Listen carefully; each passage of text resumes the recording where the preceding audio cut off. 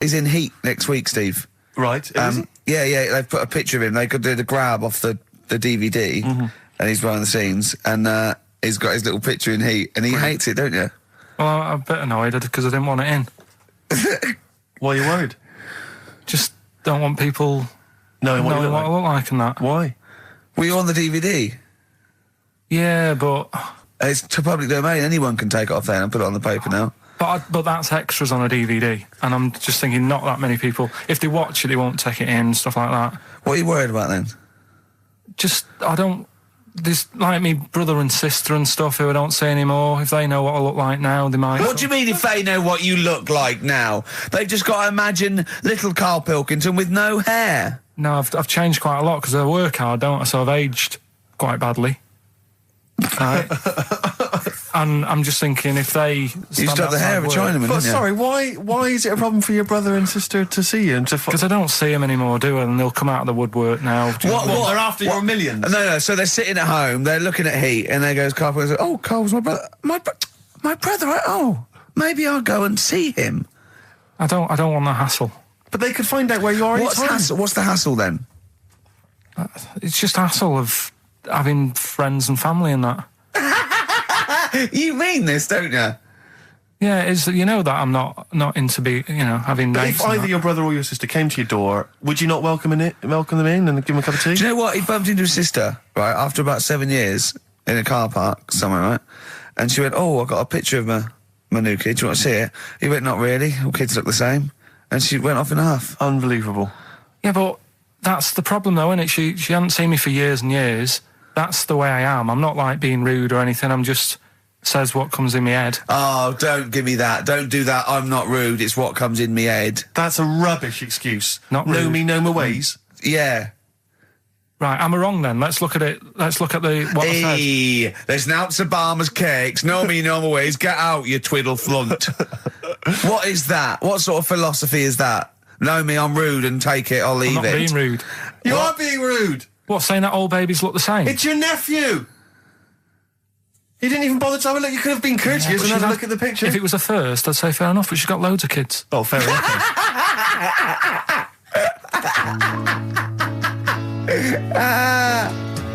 What kind of woman is she? David Bowie, Lady Stardust from Ziggy Stardust and the Spiders from Mars. I went to see him Tuesday. I know you went to see him Wednesday, Steve. I mean... obviously, I'm a mental fan, but I think objectively that was one of the best shows I've ever seen. Yeah, it was brilliant. He's got the best band in the world. He played all the hits. It was an amazing show. The sound was incredible. Do you know what I mean? Well, his voice as well. I think people don't realise how incredible his voice is. It was absolutely... soulful is the word I'd use. Brilliant. Yeah, it was absolutely brilliant. You don't care, do you, Karl? We don't care about this. You never really go to gigs, do you, Karl? The live music experience is not something you enjoy. Can be all right. Go on. I heard that someone else who went to the Bowie thing said that he sort of messed with the songs a bit, which would annoy me. No, he didn't. Not really. Hardly at all. He said when they did Life on Mars, instead of saying something about just the tune of it, he messed with it so it wasn't the same. That would annoy me. What would you do? Get up and leave? But I mean, we're not talking Bob Dylan or Sinatra. He ad-libbed a little bit, I suppose, and it's his song, but it was, totally faithful. He was singing the songs. What do you mean? Well, it's just, don't mess with stuff. It's like if you went to see Titanic, and then the boat didn't have a crash, you'd go, what are they doing? It's like, I fancy messing with it. Well, he didn't. I'll tell you, he didn't mess with it. Relatively speaking, he did not mess with the songs. They were brilliant renditions. That would be a hell of a film, though, where Titanic gets to New York. Absolutely fine. Oh, Karl. But, you're amazing. It's because I work here, though, and there's a lot of gigs going on all the time, and then you get to a point when, you just go, get a bit fed up with that. Well, when was the last time you went to a live experience? Well, I've been to gigs, but the one that springs to mind probably is when I first sort of tried a gig out, and it wasn't a music one. It was Bottom. Do you know with Bottom the live thing with Rick Mail and Adrian Edmonton? Yeah, in Manchester. When was that? Years ago, because it was in Manchester in about 87, 88 or something, and I was set up for like a blind date. Right, this a mate of mine sort of set me up to see this. What? girl. So you said let's go to Bottom? Well, I didn't tell her. I just said meet us at the Apollo. I bet she was over the moon, wasn't she? Met her there. I said right. Romantic. Going to see some middle-aged men run round in pants. Brilliant. Well, it's good. It's one of them things that afterwards you've got something to talk about, haven't you, and stuff. Yeah. So was it a good gig? Yeah, it was all right. Sort of bought some April fruits and that at the start of the night. Yeah. I think she liked that. And then we watched Bottom. Then afterwards had a bit of a chat. And then... You didn't see her again, I take it? I would have done, right, because she was all right looking and everything. Yeah. But when we were chatting, she said she had a problem with a marrow What? and that. She what? She had a problem with a marrow. She had a problem with her marrow? Yeah. You mean her bone marrow? Yeah. Oh, I thought you meant she had one stuck of her fanny. No, just a... Thanks for that, Rick. That's an image I can't get out of my head. No, I wondered what... Oh, I see, a marrow. I thought you meant a marrow. Her marrow. And is that serious, that? Well, I just was put off it because I thought... if you I think it's more serious than the problem with a marrow. Yeah. I mean... with a marrow and that. It's an idea if you're bored with butt plugs. I love it. I love it. Everything he says is like someone from Kes. It was just that thing that... Because, You didn't want to go out with a girl who might be ill in some way. well, yeah, I thought, what's the point in spending time with her, spending money on her and stuff, and then she's going to die on me? Oh! No, but seriously, God! no, but I'm just... But see, this is what annoys me. You asked me to be honest, but I'm just saying, what's the point in me getting upset and stuff? No, but it's not the... It was the one thing he said, what's the point in spending money on her if she's going to die anyway? You've got to realise that's not a normal thing to say. No, but what's the point in getting to really like to know, knowing someone and thinking, oh, she's really nice, I want to spend my life with her. It's good that she told me when she did. Karl! What, during Bottom? This is the most amazing thing you've ever said. Steve, don't you understand what I'm saying? But no, because... What? Well, firstly, it's the assumption that she's going to drop dead and you're going to think, well, I just bought her some open fruits, I'm livid. I don't know what it means when you got a problem with a marrow and that, but she looked pretty serious when she was talking about it. So I was like, oh... Christ almighty! I don't understand what's so bad about it. Play a record! Lads, Thrills on XFM 104.9. I'm Ricky Gervais. With me, Steve Merchant and Karl Pilkington. Yeah. Little Carly Pilkington, little baldy mank, whinging little twat. How are you? Yeah, all right, yeah. What are you doing? Happy? Feeling a bit happier today? You look as full of spunk, as they say in America. Yeah, I'm all right. Just a bit of a miserable day, though, isn't it? Yeah. A bit miserable. Yeah. Walking in today, right? Do you know I walked through, like, the... sort of the gay district of London and that. Right. You don't walk, you mince, don't you? Well, just walking through on the way to work, and I'm always interested in their little shops and stuff that they have, right? Loads of... Their little shops. That's no be ashamed of. If you want to go in and buy something, go in and buy something. I'm just having a look at, looking in the windows and stuff. Little postcard just near the entrance. Yeah. That's meant to tease people in, to make people go, that sounds good, I'll nip in, right? Little postcard. Free butt plugs with every sale. That's great. How did we get from 5p off milk to free butt plugs with every sale? Wow. What society come to? Well, it's because we're liberated, Rick. Yeah. It's an open society. What did you buy to get them? You didn't buy... I didn't. But what's the purpose? What, of the poster or of butt plugs? Butt plugs, because I really honestly You don't... shove them up your arse, don't you? Whoa, slow down, bum. Shove them up your bum. Yeah. But when? Is that just like when you're doing whatever, doing stuff around the house? Or... I think it's not to keep things out. Is it like you would use a plug in the sink to keep, the water in the sink? Oh, if you're not gay. Get that? Oh, yeah. No, I know what you mean, yeah. I don't know. No entry. What is it? I mean, I don't understand what that's I don't know. I assume it either feels good or are they... Well, I've got to be careful here. Or are they sort of like breaking it in? Right, yeah. Do you know what I mean? like it's like a shoehorn. Or you know, it's like when you stick paper in your shoes if they're a bit tight.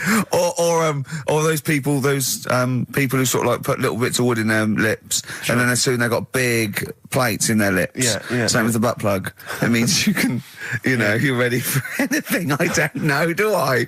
Look at Karl's face. Well, if you know what butt plugs are used for, then why not get in touch? Ricky.Gervais at XFM.co.uk. What do you think? If there's any, I can't believe we're already on this subject. I know. How is it? It's 1:05 and we're I was gonna say then, if there's any people who use butt plugs, and I was thinking that Karl would have said, well, they're not up yet, because they go out late. No, but what is it? We're award-winning people. We've written a TV not on show. radio though. Not on radio. We're rubbish on radio. I know, but We've got nothing to lose. But I always say to you, Steve, that I like educating people and that. Now, the way I see it is I didn't know what they were. Let's phone to go. Someone might know about butt plugs. All right, we'll get. No, get them on. Get them on. Ask them. No, because they might say something dodgy. Oh. Whereas, what have we just been doing? Just take a chance. Take a chance and tell them not to swear. Well, you tell them. Okay. Right, Steve. I haven't got my headphones on. Hello, who's that? Hold on. Who, sorry? Nicholas. Nicholas, hello, mate. You're not going to swear, are you? No, I'm not going to Keep it clean.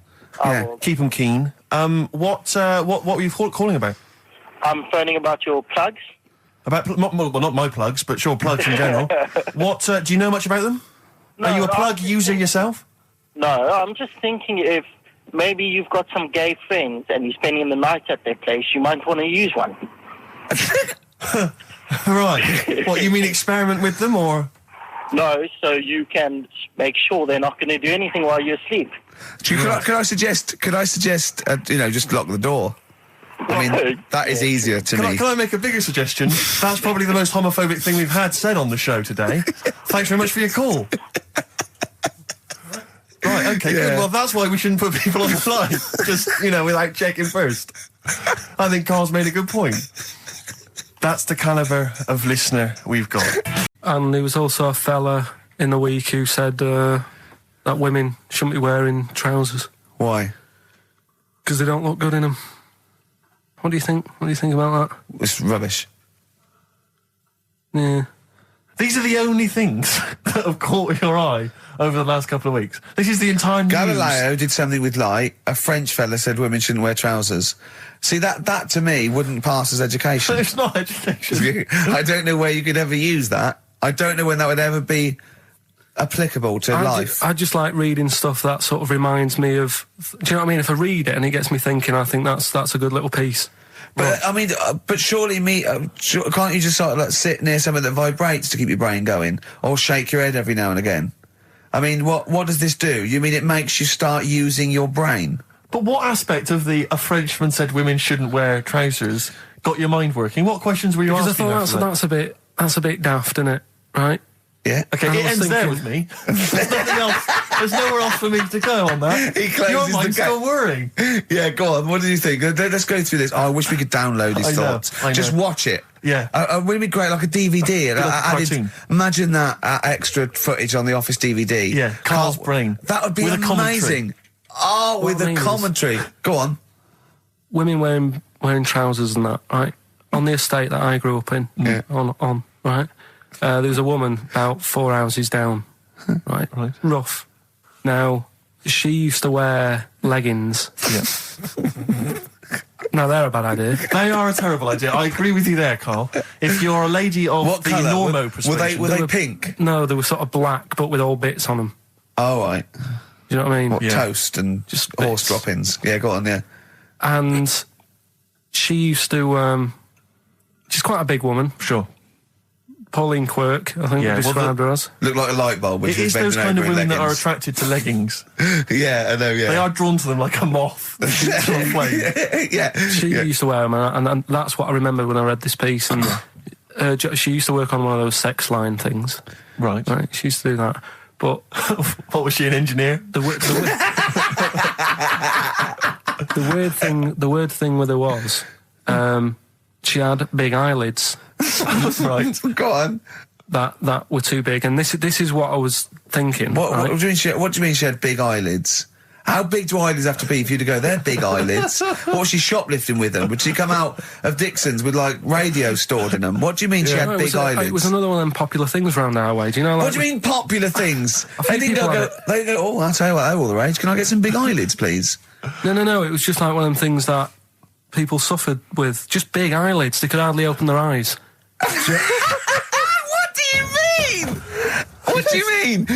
That's one of them popular things round where I grew up. People had big eyelids. They could hardly open their eyes. What does that mean? What sort of freak town were you born in? You had webbed feet people with big heads. You got women with big eyelids. What does big eyelids mean? Are you confusing her with the horse? Yeah. Did she have hooves? Look, what? Anyway, so there's this big eyelided woman with the leggings. And that's what I'm saying to you, though. That's... When I read that story with people with trousers, I went from that to a woman who used to have big eyelids. I still at the point. But then, and also the other bloke who had the eyelid problem was a mate of mine. Right. His dad had it, and same problem, massive eyelids. I don't know what that means. I don't know what that means. I used to say to my mum, I'm going round to Dave's house, and or Drew say, Pig, well, as you call him. That's all right, but make sure his dad doesn't take you out in the car, because he could hardly see.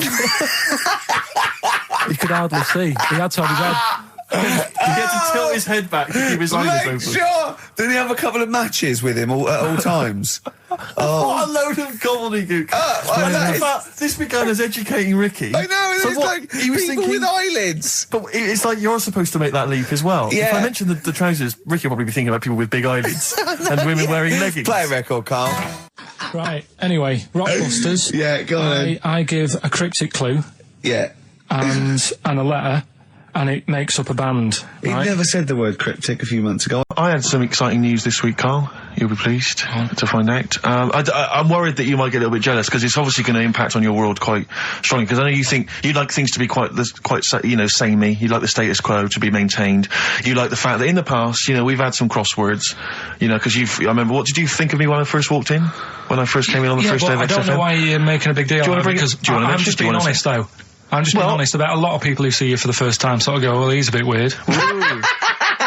I know the bad, Steve, that you brought it up, and then you're again. But I'm sure that wasn't what he said before. No, did he say before? Yeah, well, he was a bit weird. Yeah, well, he looked at you, and I knew, I could see by the look on his face. You know when you know your kid, and your kid's sort of scared of something, and they go, "Why is your kid?" He goes, "Oh, he doesn't like pigeons or spiders." Right. It was like that when I saw Karl, and I brought you in, and I went, "What do you think of that, Karl?" I could see the look on his face that he was disturbed. Sure. And then, as he said, you get used to it, don't you? Yeah, you get used to it. And you have changed a little bit. Your hair's a bit smarter now, and you got some nicer glasses and that, I think. Or I might have just got used to it. Whoa, don't bring it up, Steve. Don't look at me like that. So you say that you think some other people in the office thought the same? Do you know that for sure? Karl. Did you discuss it? Karl. Yeah, I think they do, yeah. Okay, leave it there then. But not just in the office, as you walk through the building.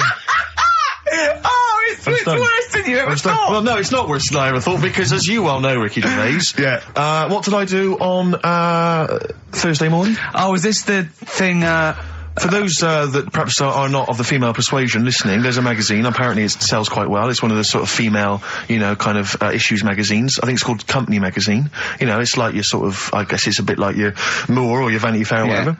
Anyway, they run every year the 50 most eligible bachelors in Great Britain section. Ding dong, hello. Who's in there this year? In the top 50 of the entire country. And then they vote, and they put them in order and see who's the most eligible bachelor. But that's 50 people, right? It always annoys me slightly, because bachelor, it kind of seems like a more sophisticated word for loser. Yeah, no. Which always sort of unnerves me. And also, slightly. they try and do a different 50 every year, so they're getting pretty desperate to get different ones. Because also a lot of people who are sort of like successful, are married, so there's very little to... No. There's a huge... I don't know if this is international. It could even be international. I'm not sure, actually. So I could be up there with the likes of Justin Timberlake, etc. So, Fred Durst... Yeah. That sort of person, So anyway, this is what's exciting, right? Although I'm slightly frustrated, because they were telling me that last year, because what happens is the readers of the magazine, they vote for who they think is number one most eligible bachelor, right? Last year, the prize was a 2-week trip in the Bahamas, okay? This year, I'm rather annoyed, because all I'm going to win is a moped. That's the prize this year. That's the prize this year, a moped. Whoa, backtrack. What? Sorry? Last year was a 2-week trip to Bahamas, and this year Just a moped. All I'm going to get is a moped. All you're going to win is a moped. There's a fella who was in a coma for 20 years. Just, they kept, like, taking him through, like, the normal day. They take him to Alton Towers and stuff. Doesn't know anything about it, just kept going through the motions. Don't know if they kept charging him. Kept putting him through all that. He eventually came out of it. 20 years. And went, stop taking me to Alton Towers, it's shit. I just thought, imagine how much post he had. Eh? How much post?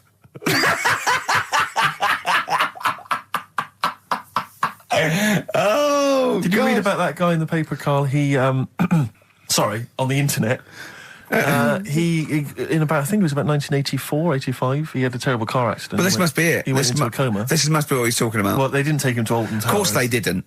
But you've got to try and decipher the truth from the conjecture, from the thing that I mean, don't forget, Karl realises that he's had a dream. He talks to Suzanne and goes, that was good, wasn't it, last night we were in the plane? She goes, no, that's a dream. He goes, oh yeah, where's my cornflakes? You've got to, you know what I mean? I can now decipher what he's actually seen, what he's read. But go on, what did you... Well, I'm assuming it's the same guy. It is the same guy. It was a guy in some small American town, and he'd had a car crash and he'd gone into a coma, and his wife had left him. She'd gone on with her life because he'd been in a coma since then. And he had just woken up recently. Marriage wasn't working. Marriage wasn't working. He just wasn't paying enough attention. She was pregnant at the time, and so now his daughter is basically the same age as he was when he went into the coma. And he's just started coming around, he's just started making jokes. They said, how do you feel? He said horny, which I thought was quite witty for a man who'd been in a coma for however many years. But anyway, yeah, so he's slowly trying to rebuild what life he can. That's what do you make of that, though? Because the thing is that he's missed. Imagine what he's missed, Karl. Imagine the music that he's missed. The Live TV Aid. programs. Missed Live Aid. Live Aid. He missed Phil Collins playing in 2 continents in one day. Which, frankly, I'd be devastated if I discovered that. Missed Bros. Yeah. Yeah, so he doesn't. So he put on ripped jeans and they go passe. They just have to send him a series of those I Love 1986 programs with Kate Thornton filling him in on what he's exactly. Peter Kay reminding him of space operas. Yeah, he remembers those. Talking rubbish. Yeah. So extraordinary, though, isn't it, Karl, to think? No, obviously. So had he aged much? Because he hadn't had any problems or anything, no worries. Well, he probably wouldn't have, physiologically, he probably wouldn't have the wear and tear of a 43-year-old man. Because he wouldn't have had sun, he wouldn't have had sort of nicotine, beer. Unless they were just feeding that to him. Yeah, anyway, still. Yeah. So you'd feel groggy, though, wouldn't you? Yeah, you might feel a bit groggy, yeah. Yeah. Well, he's not fully back to normal. I mean, there's some kind of residual brain damage. Yeah. But nevertheless, he can form sentences. He's got no real memory, so he can't remember a lot of things. Well, it was just because you were saying about our living. We are broadcasting now, aren't we? This is actually going out. This is live. This isn't us sort of like... Yeah, but you were just talking about how I lived in an odd village. Yeah. With kids with big heads and all that, right? And what I wanted to do... What is that again? There's 2 kids with big heads. Yeah, they just had sort of big heads and webbed hands and that. They went to my school. And when I spoke to my dad the other day, because I'm going to see my mum and dad tomorrow. Oh, yeah. So I said, have we got any school photographs with the big-headed kids in? And he said, no, nobody bought those sort of school photos. Because they were in it, so it was always a bit ruined. So I said, well... No! No, he said sales would, because he obviously talked to other dads and stuff like that, and he just said, no one bought them. But anyway, so... I would love them! Yeah. That's why I'd buy them. Yeah, but I wouldn't stand out, would I? If it's on the mantelpiece. Yeah, well... But anyway, so I was talking about, When you say they had big heads, what do you mean? Do they look like someone from Doctor Who? They were just quite big. But they weren't related? No.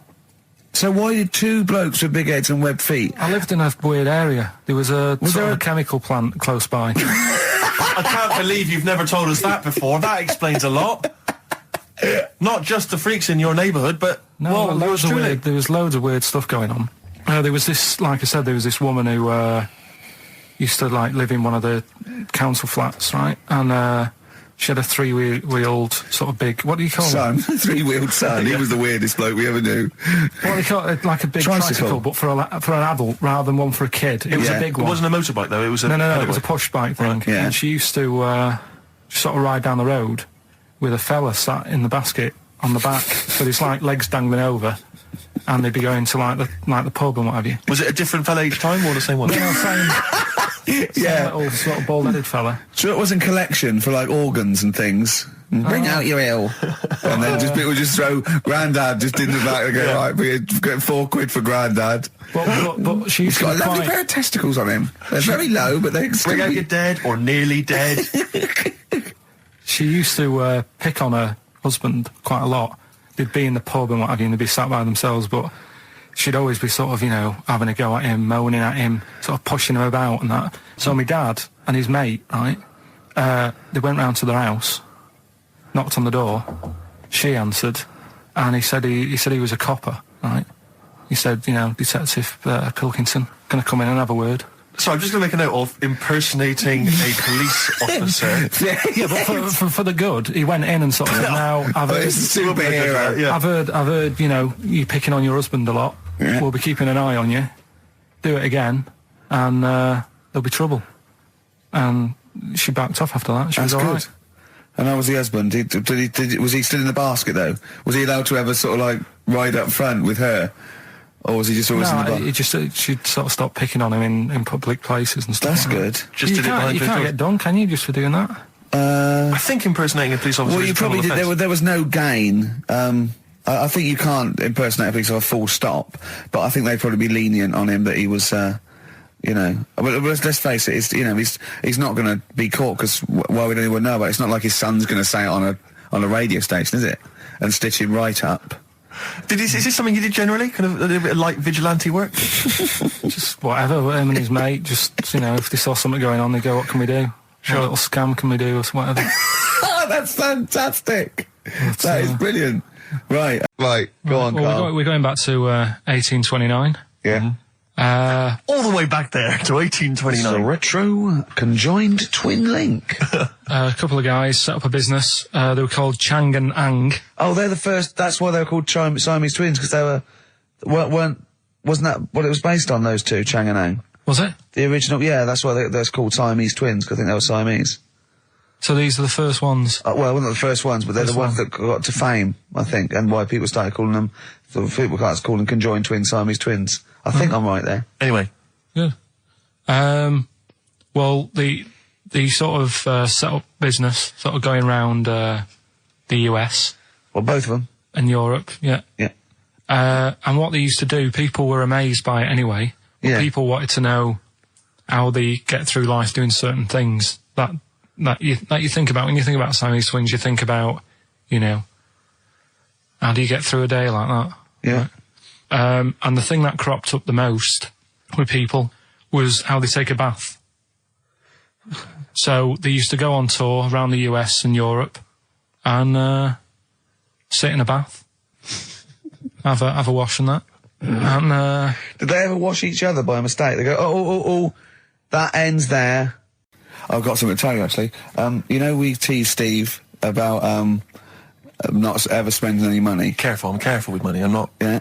Guess what? He's treating it like he's nurturing this, right? He keeps running off, right? In the edit, he's having a suit made, and he wants to be just right because I reckon he's forking out quite a lot. He's having a suit made. Think of that, him.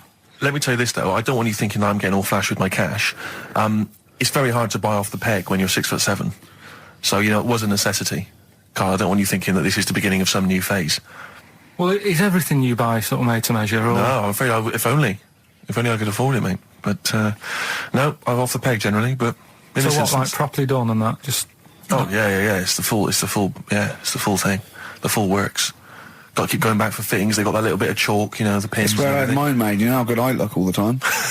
Did you have to have that thing done where they say what side do you wear your member? What side you dress? They don't say what side you wear your member.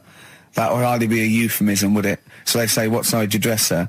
It means what side your little poke, your little John Thomas leans, doesn't it, on rest, usually to the left, isn't it? Your little left testicles. If I say to you now, what side do you wear? Hang on. Do you know? It would be left. It would be the left. That's what I mean. If standing there, right, with nothing restricting it or holding it in or holding it up, right, it sort of leans, your one ball is sort of like slightly back and lower, isn't it? And your little John Thomas rests there, so it's left. And the reason they ask it is so they don't put the tape measure up on the left and squash your willy or touch your willy. So it's nothing to do with, like, well, you'll need a bit more room of sort of more material on that side, or... Well, no, I don't think they compensate. It's just when they put when they stick that up into your groin, they don't want to come in contact with your little... The thing is, I don't know what side I wear stuff on. I just sort of pull my pants up and... That is so naughty. This show's been a bit naughty, I think. I don't know what's happened to us. I think it's like, sort of end of term sort of madness, but I think we've got to calm down here. We've been a bit naughty there. We said, you know, bloke with 2 dicks. We said Chinese people don't talk properly, which is a little bit... offensive. Yeah. Know what I mean, Karl? Well, they don't know. Right, okay, let's leave it now. Okay, stop there, Karl. Karl does not necessarily reflect the opinions of XFM or any other human being. If you think that me and Steve have been being offensive, we are strongly behind the guise of irony, satire, and ignorance. Karl only has ignorance and hate. Yes. No, but as long as you say something good about someone, you can also say something bad about them. How does that work? Go on, and give us an example. Well, Chinese. Yeah. Yeah. Yeah. Great people. Right? Good. That's the women really good looking as younger people. No! What are you doing? I'm just saying, as long as you know what I mean, there's good and bad and everything. For every what are the old ones like? Yeah, they don't age well. What do you mean? The fella in Karate Kid, the teacher, was only about 36. We started this. Oh yeah, right. It's years ago. Oh yeah. Some in olden days. Oh sure. When ghosts roamed the earth. Once upon a time, you mean? Yeah. Some doctor or something who was into like the way bodies work. They got their head cut off. Who did? The doctor? Yeah, he was doing a bit of an experiment. And he cut his own head off? Yeah. Okay. And it was about, he said, when my head's in the basket, I'm going to blink my eyes. Right. Okay, sorry, hang on, let him finish. And, so the doctor has chopped his own head off, and he's told everyone, I'm going to blink my eyes to prove that he's in the basket, and he goes like, right, I'm going to blink my eyes about, as many times as I can. So quick, count them. And they count, and he got to like 15 before he died. Now this is how Karl told me that. Till Nick Frost explained that, Karl told me, he said, right, well, a bloke, right, he had his head cut off, and when his head was in the basket, he went, count how many times I can blink.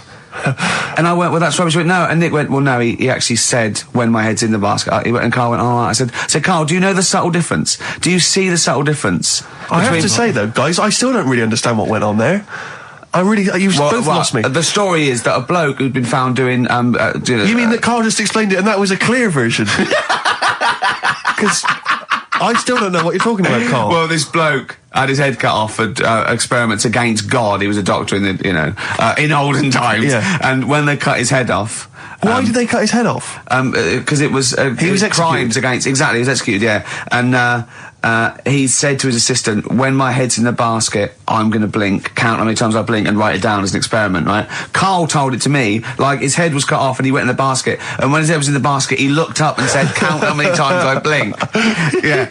I love that. I love the difference in that story. Yeah. Both rubbish, but, one's possible and one isn't. You believe anything that you're told, except when we tell you the truth. Right. Yeah, it's just like, you had the girls in and that, and it reminded me, I was talking to Steve in a week. Yeah. I think it's when people were talking about going to Stringfellas and that. Yeah. I was talking about seeing naked people. Yes, I asked him. I said when he used to watch, say, he accidentally flipped onto BBC Two and some ballet was on. Would his eye ever been drawn to maybe the gentleman's lower regions rather than the ladies? The gentleman's package. Yeah. Would your eyes ever be accidentally drawn to that and you couldn't resist it? And you said yes. Yeah, because, right, I don't think I'm Oh, dear. Oh, go on. I mean, fair enough. No, right. I'm always looking at the beautiful ladies, but fair enough. Yeah. No, go on. But, right... Have you ever looked at Wayne Sleep's testicles? I went out... Have you ever looked at Wayne Sleep's penis and testicles? I went out on a night out, right? And it was some... it got to some point in the night where 2 women and 2 fellas got on stage. Right. Right? Started stripping off. Yes. Yeah. Just what, members of the audience? No, I think they were, like, part of the act. Right? Right. And, what was this, panto? they down, the fellas had, like, their undies on, and the girls just had their knickers on. Yeah. Right? And, sounds pretty erotic at the moment. Go on. And at the same time, they all whipped their pants off. Yes. Right? Yeah. It was Bucks Fizz, wasn't it? The adult show. Now, I said to Steve, at that point... Sorry, I wasn't there. He said it's to be later. yeah. I said, well, you have a quick glance at the fellas. And then the annoying thing was, I thought, right, now I'll have a look at the women, and it was too late. They put the knickers on. How long were you looking at the fellas? Not that long, but why were you looking at them first? That's human nature, innit? Why? I don't know, but I'm sure you would have done the same thing. You just sort of think, well, how are they shaping up? So they weren't shaping up at all. Test. So who had the biggest knob? Which one of the blokes had the biggest knob? No, it's like, normal. But this is a whole new side of you. This is a whole other area. So you look at ballet dancers, you look at the gentlemen's. No, I don't. package. I just was, when he said this, it reminded me of this night when I was walking home thinking, didn't get a look. Because I was messing Where around. was this? What event was this where people are stripping off? Carl, I tell you what, you are the most interesting man I've ever met. But are you comfortable being nude and that? We've done this. Well, I don't know what this is. We did this last week about, are you comfortable being nude? No, I know, I was talking you're about probably that. most comfortable being nude. It's just probably not in public. Well, Ricky's only really comfortable nude when he's eating. Yeah. There's nothing to get, Yeah, you can just wipe spilt yourself on it. down. Yeah, you just sit in the bath, yeah. No, but I talked about that, and then when I went home, I was talking to Suzanne about it, and she said, "What's all that about? You don't like being nude, right?" And I said, well, it's not. It's like I'm part of an Alan Bennett play. Oh yeah, right. It's years ago. Oh yeah. Some in olden days. Oh sure. When ghosts roamed the earth. Once upon a time, you mean? Yeah. Some doctor or something who was into like the way bodies work. They got their head cut off. Who did? The doctor? Yeah, he was doing a bit of an experiment. And he cut his own head off? Yeah. Okay. And it was about, he said, when my head's in the basket, I'm going to blink my eyes. Right. Okay, sorry, hang on, let him finish. And, so the doctor has chopped his own head off, and he's told everyone, I'm going to blink my eyes. To he's in the basket, and he goes like, right, I'm going to blink my eyes about, as many times as I can.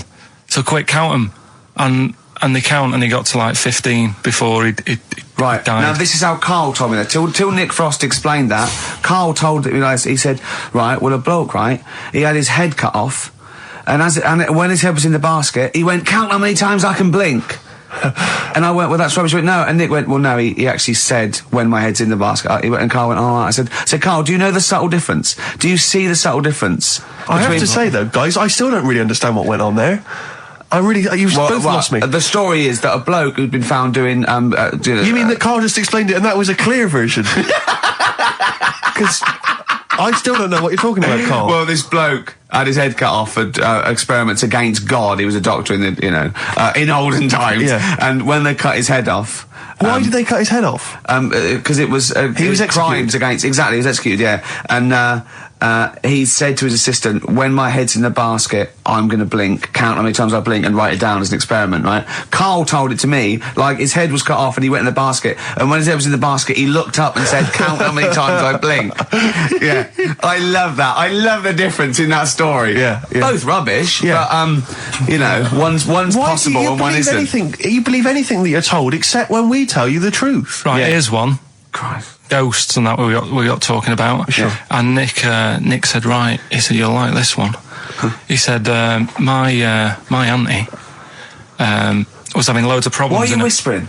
It's not illegal to talk about ghosts on the radio. No, but It's eerie. so the aunt is in the house and that, and furniture's moving about all the time. Oh, God. And they were like, no, Steve, you told me this one. This is such rubbish, mate. No, come on, let's listen. I'm going to leave it to you. I'm going to sit back and enjoy it. I'm just going to watch your face, Steve. Right. Sorry, so I missed the beginning there, Carl. There's an auntie in the house. Basically, Nick's auntie. Right. In the house, things moving around all the time. And it was just annoying every time she tidied up. It was like... it was just annoying. Making a mess. It was one part annoying to two parts scary. Yeah. So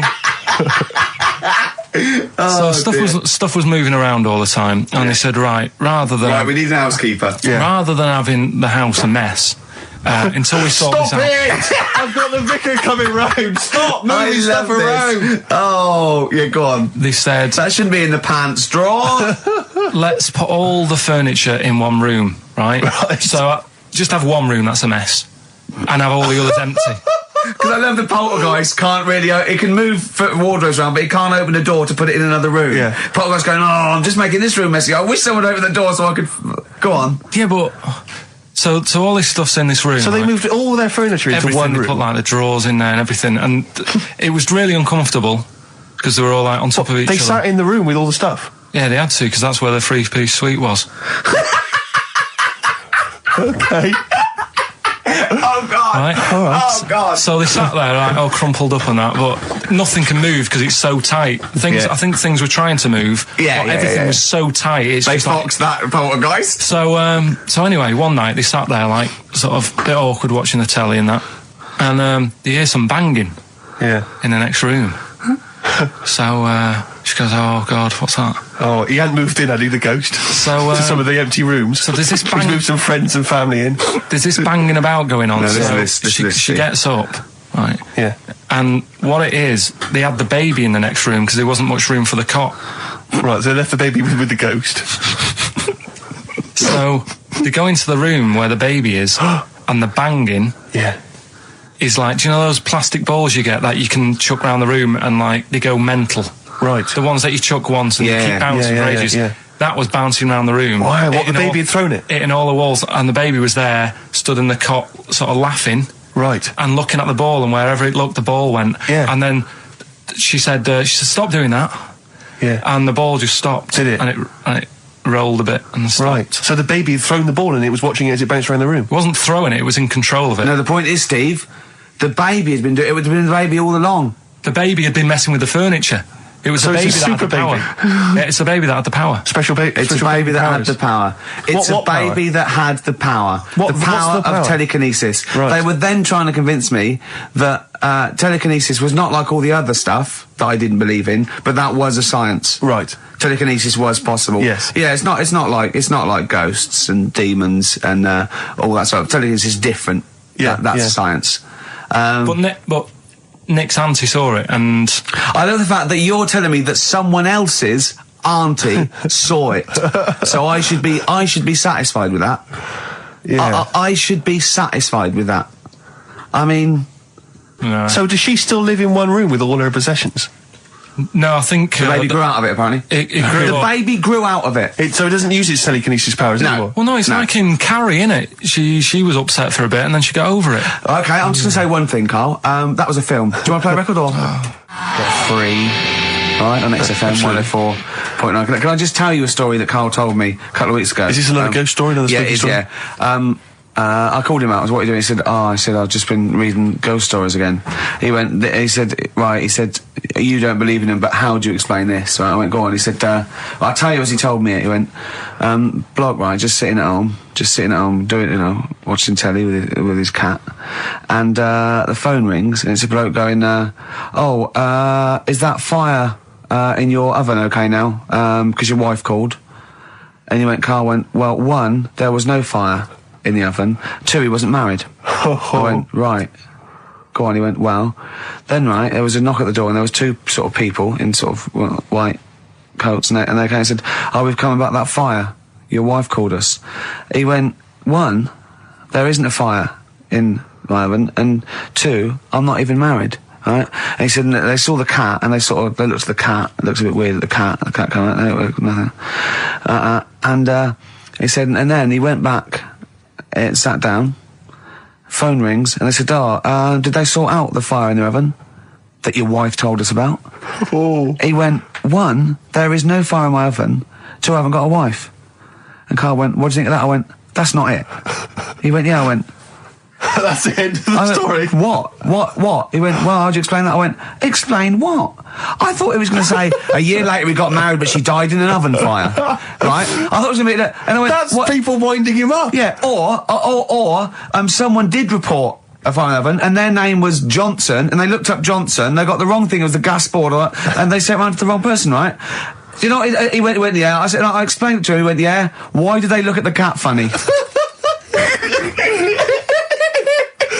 Oh, man alive, Karl. This is really weird, right? I was in my house once, right, and the doorbell rang. Yeah. Right, I opened the door, and there was no one there. Yeah. Right? And then I looked across the street, right, and there were some kids running away. Yeah. Now, how do you explain that? Yeah. There was another time, right, where, like, I opened the door, and there was a bird goes, you've ordered pizza. I went, I haven't ordered pizza. And I heard my mate upstairs giggling and putting the phone down. Yeah. How do you explain that? Karl, seriously, why did you tell me that story? What did you think it was weird about that? The fact that it was 3 different people. Is this all the information? Is that the entire story? It was 3 different people. Did you fall asleep and not read the end? A fire that didn't happen, about a wife that didn't exist, and a cat that didn't look happy. Yeah. Someone here who I work with, yeah. Right? I'm not going to say the house, it doesn't matter. But they were eating space cake, right? What do you mean by that, Karl? Explain. What's a space cake? For people who... It's some sort of druggy cake, isn't it? Yeah. Right? A dope brownie or whatever, yeah. Right. So with cannabis in it, is that what you're saying? I think it's something stronger than that, isn't it? I don't know. But anyway, he was having this space cake, and... You better give me the name now, Karl, because I've got to report him. No, listen. It's only... No. It really doesn't matter. No. Is he Sturgis? Was it Claire Sturgis? Yeah, She wouldn't bother. She's gone on to hardest. She doesn't bother with those. She's just doesn't do anything to her now. Straight to the vein, yeah. So listen, right? So he's at a party, right, with his mates, and they're listening to the Star Sailor album, right? Right. And he's sat there, and he's had some of this cake, Right. and he's listening to the album, and his mate's sat across the way talking to someone else, right? That's weird. The album's on, and he thinks to himself, this track's going on a bit. Yeah. And his mate across the way, who was talking to someone else, Heard him say it. and he goes, Yeah. yeah, isn't it? Yeah. So he goes, oh. Right. And he goes... See, usually at this point, I say, had this bloke taken drugs, but you started the story with this bloke No. had done some drugs. Since, right, Rick? No, if he was here now, right, he would say, yeah, I know it sounds mental, Yeah. but it happened. And it wasn't just a one question. It wasn't just like, oh, this track's a bit long, innit? Yeah, it is. He had a whole conversation. A whole conversation with the guy. And Sorry, I just want to clarify. You mean he had the whole conversation telepathically? Yeah. Right. He didn't just shout across the room. And they've recently met up and, like, they've sat there and tried to, like, work out what happened. And it's never happened presumably again. they didn't have to talk at all anymore. Yeah. Why did they meet up? Couldn't they just like in their own homes? Just stay at home. Do they have to have that cake before they start having a conversation? Hold on, wait a minute, lads. Why are we using our lips? Yeah. This is using way too many foot. Oh, take them. There you go. My only question with that is, being skeptics like Ricky and I, whenever we hear a story like that about the paranormal, the first thing we always look for is maybe some other explanation. Yeah. Maybe one vague idea. Lying. Could be lying. Chinese whisper. As I think you pointed out, there are drugs. It's often an issue as well. Madness. Yeah. Fear. Delusion. Sleep. Yeah. You know, there are so many things you go through. I'm going to go with the drugs before your dead grandmother exactly pops into the equation. I'm going to go with the acid. Right. One of my uncles, right, Tattoo Stan, he's just caked in them. Tattoo Stan. Right. I don't think he's my proper uncle, but it's just like my dad's got. Tattoo Stan. No, my dad's got. That's a province in Russia, isn't it? My dad's got loads of mates who. When like, you say he's not your names. proper uncle, Do you know, like, when Just a bloke someone who used to comes hang around around, with the all school? right, Uncle Stan. Yeah. Do you know what I mean? And there was my dad had loads of mates like that. There was John the Screw. Right. So he either works in a prison or he likes to have sex. Cabby. cab driver. Okay. There was Jimmy the Hat. I don't know where he Jimmy did. the Hat? Yeah. And, did he wear a hat? No. No. There was Fred the Veg. You sure he wasn't a relative? Sorry. Fred the Veg used to get us like big bags of potatoes and that. Fred Veg, yeah, okay. And there was Tattoo Stan. Right. And he was just caked in them. And I used to always look at him thinking, why have you done that? I must have only been like, 6 I or suppose 7. if you're born with a name like Tattoo Stan, Exactly. you're destined, aren't you, were really? they like a 1950s gang? I'm worried about... I'm Who worried were about... doing a bank job? What was his name? The Hat? What was his name? Jimmy the Hat. I'm worried about Jimmy the Hat. Yeah. Not having a hat. I don't understand it. Are you sure he didn't have a hat? Not when I met him. Did he ever wear a hat? I didn't see him that much. Do you think it was a joke, like, when your mate's sort of like, 8 foot and huge, you call him Little John or Tiny? Do you think... Well, the fact that he never wore a hat. they went, hold on, I've noticed something about Jim. Go on. No hat. And I go, oh, true, let's call him Jim the Hat. Jimmy the Hat, yeah. But my Uncle Stan, he had like loads of them. He did them himself. Oh dear. And it was always that thing. God. What was it things like? He had like the cross. cut here, Cut here, on made the in neck. Britain. And if you're going to do them yourself, I'd say at least make sure you're sort of a good drawer. Yeah. And don't do it in the mirror so it comes out backwards. Well, that was the other thing. But like, I remember he did. Names are all right. He had like all his kids' names down his arm. And, what are they called? Yeah. Oh, God, it's Tattoo Stan Jr. Yeah. And Paul shits the bed. Okay, educating Ricky. What have we got? Hairy Chinese kid, go on. right, yeah. This is the. I didn't want to do this. What do you mean you want to do it? Well, I wanted to give you 3, and I gave you one. It was like the alien man gets a beard or whatever. Yeah, And- which was total rubbish, so this one should be better, maybe. Hairy Chinese kid. Right, well, we've talked about hairy people in the past. True enough. Haven't we? Yeah. The little kids who grew up in woods and hung around with wolves and that. Yeah, again, you're confusing it. Yeah, they're not... There were some people that were born... very hirsute. They were not the people who were brought up with wolves. Yeah. You just put that together in your Homer Simpson type mind. Right, well, this is like a sort of close to that sort of story. But the weird thing is, right, Chinese people aren't that hairy as a nation. No, seriously, that's a well-known fact. They don't have that much body hair and stuff. Okay. So this little kid who was born over there, he was like covered in stuff. Was he? And it was only his nose that wasn't hairy. The rest of his body was caked in hair, right? And his hair sort of... What grew. sort of hair was it? Was Thick hair. No, what I mean is, was it sort of like a pony's mane, so he just looked like an Ewok? You know what I mean? Just like hanging down sort of straight, dark hair. In the picture, it looked like... it grows from his eyebrow. It grows from his eyebrows quite thick. And then it just goes all the way over his head. You don't think it was just really long eyebrows that he'd done a comb over? No, it was all over his body. It had a picture of like his back and that. Yeah. And Had he styled it? Had he styled it at all? Did he have it in a quiff or? no, it was just hanging everywhere. all over him. Yeah. And they were like, this is a bit weird happening in China, where we're not normally that hairy. That was the scientist speaking there. Yeah. And the local press and that were getting him down, calling him monkey boy and all this. Oh. And Thinking Chinese press. but the doctor, Yeah. Oh. They're cruel, aren't they? The It's like doctor- those game shows. That's Japanese, isn't it? Yeah. That's what. Yeah. and the doctor said, I was Carl talking through all that time while we were just like talking to each other then. Because I turned round and I still saw he was talking. Go So on. anyway, the local press came in to see the hairy boy, the monkey yeah, boy. and they were like being tight, taking the mickey out of him. And the doctor said, Throwing him nuts. he's only hairy. Said he's a healthy young kid. The only faults he's got is he's got a little bit of eczema and a boil. And he said everybody should just treat him the same. And I think he grew up a healthy kid. Yeah, so that's the. That's the end of the story. That's not a story. Why? But I've got nothing. I don't know what to say to that. So someone in China was born slightly hairier than the rest, and he was normal apart from eczema and a boil. That to me isn't a story.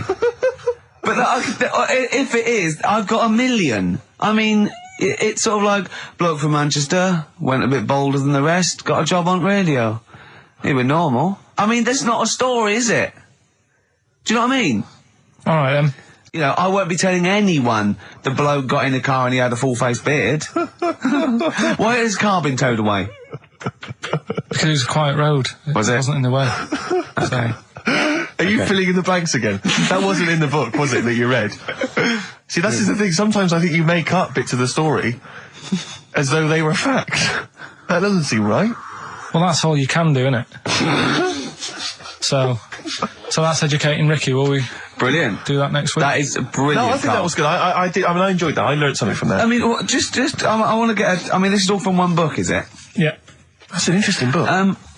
With the, I don't want to dwell on it, but with the hairy Chinese kid, what did they say about that? What was the, I mean, was it once there was born a kid who was slightly more hairy than everyone else, but yeah, it's all right. He only had a boil. Oh, how did they word it? How did this capture your imagination? It was a picture that grabbed me first of all. Yeah. Sure. And it was like, God, what's up with him? And that's when I read it. Did you see the boil and the eczema or just the hair? No, you see, because his face is like, just under his eyes is sort of nice and smooth, and his nose is sticking out, and that's not hairy. But the rest of him, it looked like he had the sort of a balaclava on or something. And then I read on, and it's like, this is a hairy kid in China. Yeah. So. Yeah. Okay, good. Anything else in there? There's that one that a bloke, right, was going to get a phone call at 4 o'clock to find out if his business was, you know, okay, right? And if he didn't get the phone call, he knew he was broke, destitute. So dead on 4 o'clock, the phone didn't ring, so he went up to the roof of his office and he jumped off to commit suicide. And as he was passing his window, the phone was ringing. Oh, no. Karl, it didn't happen. Didn't happen. Think it through. Think it through. Who told that story? Who told that story? As he hit the pavement at 120 miles an hour. He's the only person who could have known that series of incidents. Also, why didn't he wait? As his life's at stake, why didn't he wait till 5 past? I said, I'm going to give it 5 minutes just in case. Just in case the lines are busy. Yeah. And what sort of bloke goes, I'll call you at 4, okay, if your business, well, call me anyway. No. If I don't call exactly 4, then, no, you commit suicide. Commit suicide. I would, because if I don't call at 4, that's the end of it. Well, call me anyway. No, that's not the way I work. Why can't you just call me and tell me the other way? Well, I'm telling you how I do it. If you're bust, I don't call. Can't you just call to verify in case something goes wrong? What if it's engaged? It won't be engaged. Just commit suicide at 4, please. We're talking about embarrassing stories and stuff, and I don't know if I've told this on the radio before. Have I told you, Karl? I'm not sure. But this was when I was working at the BBC. This is not even long ago, and I'd moved to London, and I was fairly new in London. And I was working at the BBC, and I had this BBC hire car. And I've never told it. If there's anyone listening who works for the BBC, I don't know if I can still get in trouble for it. But this BBC hire car, and it was like I'd been ferrying kind of actors and people and production people around all day in this car. And I was driving back, it was quite late, it was about sort of 7 or 8, and I was driving back, and I pulled in to get some petrol to fill up the car every day. And I went into this garage to fill up some petrol, and I was there, and these two blokes came in a white van, right? They pulled into the forecourt, and I was filling up the car, and they went, "Hey, do you want to buy a couple of speakers?" And I said, "Yes, I do." Yeah. Because, to tell you the reason, it was like I was so flattered that they thought I'd be the kind of bloke who would, A, need some kind of classy speakers, and B, would like to buy them on the sly. Do you know what I mean? Yeah. I thought, they like the They've seen me. They've seen I look a bit of a hustler. Exactly. Yeah. I'm a street sort of guy. You can see by the way I use my walk. Exactly. Yeah. So I couldn't believe my luck. So they drove behind the garage, the little sort of garage bit at the back, and I went round there, sort of casually went round there, sort of locked the car, went round there. They went, open the back. You had 2 speakers in there. I said, "Are you sure these aren't knocked off, mate?" He went, No. We work for Dixon's. This is a story he spun me. We work for Dixon's, right? And we're delivery men. And if we make a delivery and the person's not there to sign for the goods, then we have to bring them back to the warehouse. But if we can sell them on the way back, then that's really good for Dixon's. Dixon's must love that. And instead of thinking, are you sure some kind of troubleshooter didn't... I mean, did someone go into Dixon's and go, you're not getting in the garage forecourt market? Jones. Exactly. Get a couple of lads in a white van. Exactly. Yeah. So anyway, I sort of bought this story, and I was a little bit dubious, and I went, right, let me hear them then. And he wired them up to the car stereo, and boom, boom, boom, they're playing. So it was some groovy hip-hop. I was thinking, great, these guys know what I'm into. Yeah. And he's giving me the talk and stuff. And I said, I'm a bit worried these are knocked off. He went, no, listen, we got a bloke at Dixon's who can confirm this is fine, right? Phone him up, use my mobile, right? And quote this reference number, right? So I phone out, and I goes, I go, hi, some guys here in the garage forecourt trying to sell me some speakers. Just wanted to check. He went, it's fine. I went, should I just read the reference number or whatever? He went, if you want. And X14, and I went, yeah, it's fine. Yeah. Okay. You know what that was, don't you? That was actually Mr. Dixon himself. Exactly. Yeah. Exactly. So I'm thinking, well, they sound great. They're giving me for a knockdown price. I'd say they were like 400 quid. They were like 200 quid or something. It was a good bargain. I was in the market for some speakers as well. Yeah. So while they were loading it's them all kosher. I phoned Dixon. Exactly. I phoned Dixon's. That's fine. Yeah. So while they're loading them in the back of the BBC hire car, right, I'm in there paying for the petrol, right, and the guy serving goes, "Oh, all right." He goes, "What were you doing around the back with those blokes?" Right? Because obviously there's security cameras filming this whole transaction, right? And he goes, "What are you doing around the back?" And I went, brilliantly, "There's some old mates. Some of my mates were just having a chat and that." He went, "Oh, right, okay," like giving me obviously the evil eye. So I went back there. So I'm in the car now and I'm driving with one of the blokes who's in the van with me because I didn't have the money on me. So I had to go to the cash point to get the cash, right? So I'm driving with him and the other guy's like following me in the van and he was like a northerner like you and he's giving it all the, all right, yeah, I'd say my girlfriend's a DJ. She's got some of these speakers. They're fantastic. And he's giving me this. And then my mind starts working. Now that I've got a bit of time to think, I'm thinking, wait a minute, this all sounds a bit dodgy. Yeah. It dawned on me, Rick. You know, fool, are you? You're streetwise. Exactly. You're streetwise, Steve. Not only that, I was thinking, how am I going to get them home? I've got to drop the car off at the BBC. How am I going to get these huge speakers back to where I live? And how can I pay for them? Because I've just spent £100 on Find the Lady with a couple of blokes in the square. It seemed like a fair game. Some of his friends were winning. But so I explained to him, I said, I can't get them back to like Brixton where I was living at the time. He went, "Don't worry, give us an extra 20 quid, we'll take them home for you." Oh, that's good. Deliberate. They do a whole service, you see. And there's also a backup guarantee. Did they have the guarantee, the 3-month guarantee? They didn't. No. But so I said, "I'm not sure about that." He went, "Well, why don't you put them in a cab, send them back, and your housemates can collect it?" I was like, "Oh, no, there'd be no one in." And I was beginning to sort of get a bit conscious of like, maybe this was a bit of a scam after all. So I pulled into like a little side road. I said, "I'm not sure I'm into this now." Actually, he went, "What are you talking about? It's 200 quid for a pair of speakers. It's a bargain. You never get a bargain like this, mate." I'm going, "Not too sure, actually. I don't think I want them." He went, 150 quid, 150 quid, mate, 150 quid. I went, "No, he's 100 quid now to you." And I'm thinking, wait a minute, this doesn't sound like the kind of work that Dixons would be doing. Dixons don't do that when I go in. This is it.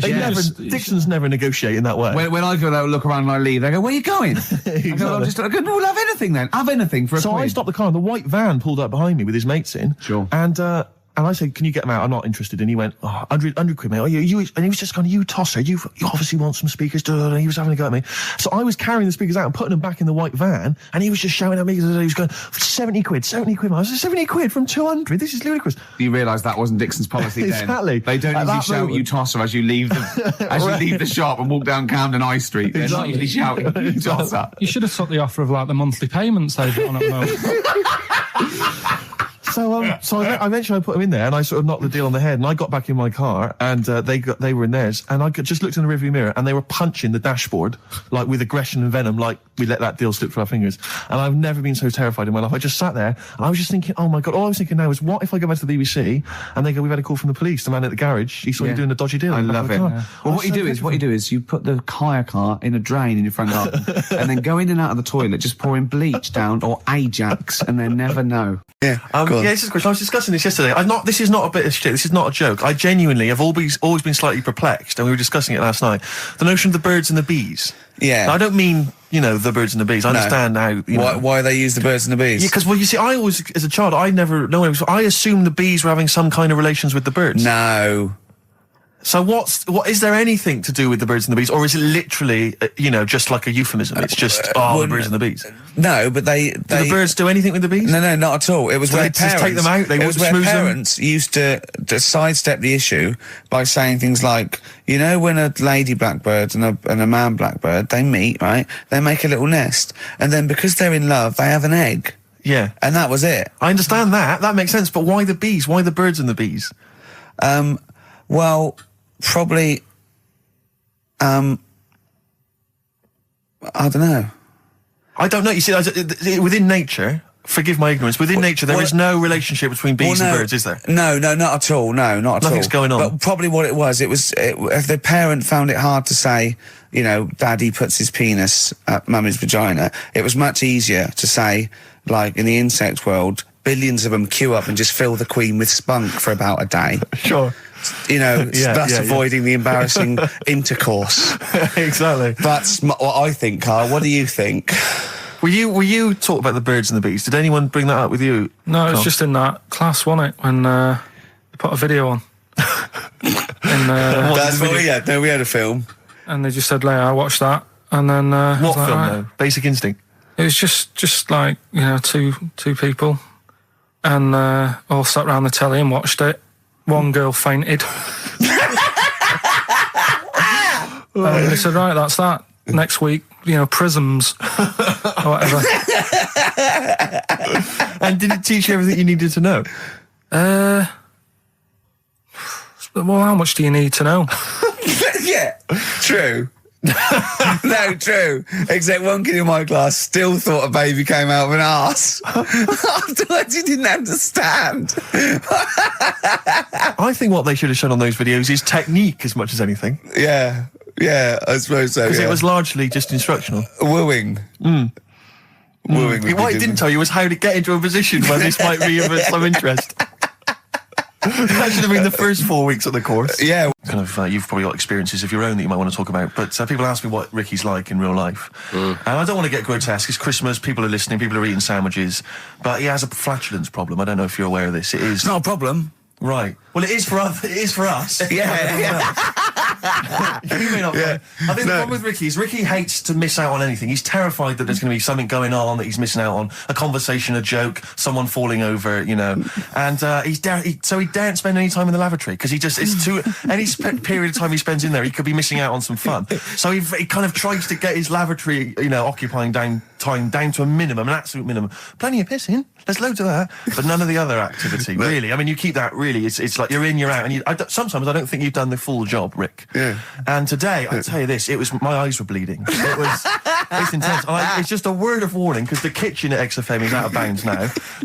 No one's going in there until the new year. A to J in the library. A to J in the record library. I'll tell you this: I don't know if like Tony Blackburn's in the building. His wig will fall off. But seriously, not that he wears a wig. He doesn't wear a wig. But if he's going down now, maybe he wants to play some Beach Boys. I mean, seriously, forget I'm a celebrity. Get me out of here. Good time's gonna come, innit? Right, Karl, come on in, educating Ricky. So, don't let the cat out of the bag, that's where that comes from. Comes from a crafty butcher. Right, go on then. So the next little headline is Wash Up With You. Wash Up With You, go on. You want to know about that? Yes. It's a survey that they did this week. They? Yeah, some university did some survey. Brilliant. Did a world test on washing up. Yeah. And each country were given 140 pots to clean. Brits were the quickest. Yeah. Turkey were the slowest at washing up. The Turks. It's not because the little fellas that work in the kitchens with no... Is it? They can't reach. Spain were the cleanest, and the Germans were pretty good as well. So... I don't know where to start with this. Honestly, Steve, I don't know where to start with that. Sorry, what was that? Wash Up With You, that was it? But was that it? Survey of washing pots and pans. I didn't understand. You said Italy were the cleanest. No, Spain. No, Brits were the quickest. Yeah. We were the quickest, but Italy was the Spain was the cleanest. Turkey were the slowest. Yeah. Spain were the cleanest. But why weren't we clean then? Because we were washing up. Why were we not paying attention to the... We did it rubbish. We did it quick. We did it quickly, but I don't understand what it was being rated on. Who was doing it? Was it Annette Newman or Ainsley Harriott? She's quick. Both of them are quick. Yeah. Well, they've got like kind of loads of slaves that do it for them. Did we use Fairy Liquid? Don't know. It didn't have. Did we use a whole bunch of Boy Scouts? Didn't say that. Just like it just said, you know, that. Who had the softest hands? Who had the softest hands? So it didn't say. I didn't. Why is it we don't get notified that this is taking place? I don't know. When I was a kid, no one ever said, you know, we need recruits because we're doing a survey on who can wash up the quickest. Are you disappointed in yourself with that one, Karl? It is pretty dull. To be fair, and that is why we've got to bring in either con merchant or a wine merchant or shut up at your face. Yeah. Well, it's funny you say that actually, because in a survey, it came out this week. It's quite extensive. Mancunians take more sick days than anyone else. Mancunians take more sick days than workers in any other city in Britain and Ireland, according to Manchester-based employment firm. Survey by Peninsula found employees in Manchester take 11 sick days per year, whereas closest rivals Edinburgh and Dublin take an average of 9. Liverpool, Newcastle, Birmingham, and Cardiff only 8. Is Reading mentioned there? Or no, Bristol? it's not even in there. They don't take days off. London is only 7. So the point is, I mean, I don't know if you can take anything from it, but if you were an employer and you had a Mancunian and a Liverpudlian and they were equal on everything else, but you really couldn't afford them to be away, Liverpudlian's going to probably be away for 8 days. Sure. The Manc's going to be away for 11, phoning in sick. And so what can you, I mean, just analysing the data there, what would you extrapolate from that? I really don't know. I mean, call in if you've got any clues, or email us in if you've got any. I don't know why I think maybe, I don't know, Mancunians... I don't really know many people from Manchester. Well, I only know one, but I know he was off sick because he put on wet trousers and he got a cold, I think. Yeah, well, he just said he was... Didn't come in for... Yeah. He left early as well once. Yeah. But I don't know. I mean, that's the survey, I don't know.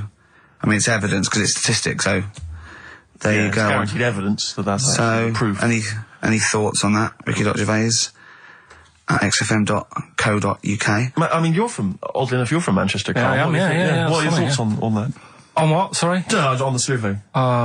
Wasn't really listening. Sure. Well, Mancunians take off more sick days. They call in sick. I mean, presumably spuriously. Yeah. I mean, because they've got the same body. They're biologically the same, so... they're obviously making up their life. Yeah, some of the days. Maybe there's just the 3 extra they're making up. Yeah, they're moaning. Probably because we work a lot harder than the others, so we're tired, so you're sick, so you need time off. Probably. Seems unlikely. I mean, the Scousers, to be honest, take them on, let them work in your office. But you know how many computers are going to go missing? Right, that... So offensive. Is offensive. Right. This is a survey that proved. You just made that up. You just carried on the myth that Liverpudlians thieve. Now that's not true. That is not true. Well, it's not. Well, some of them do. There's been no survey that you're more likely to thieve if you're from Liverpool than if you're in Manchester. So that hasn't been proven yet. So all I've got is the evidence from a survey of, I think, 3,500 people. It's proof that Mancunians take off more sick days. XFM 104.9. This is April Come She Will by Simon and Garfunkel. Brilliant. So, if you're from Manchester, sorry about that. I mean, it is true. We weren't making that up. We weren't doing a stupid stereotype like Karl did with Liverpudlians. It's just a survey that... Do you know why people tink the glasses before they have a drink? Why they tink? The verb to tink. I do know that, Karl. Is it about poison? It is. Here we are. What, would it make a different noise? Nope. Brilliant. Go on, explain Why? it. You explain it, Steve. No, don't, Steve. You explain it, Karl. Go on. I've started, so I'll finish. Come on, Karl. Explain why they tink the glasses. Ages ago. Yeah. Only people with money had drinking or something. That's like one of my film reviews. Years ago. Welcome to History Now. Now, ages ago, only people with money had drinking or something. Keep going, Karl. Keep going. Like spirit and stuff. So they'd it's like businessmen. Businessmen. It's easy for you to say. This is getting to be cruel, isn't it? This is amazing. Yeah, go on. Why did you open your mouth, Karl? What were you hoping was the best that could happen? Because you were trying to make me look stupid before with the planet, so... Whereas you know...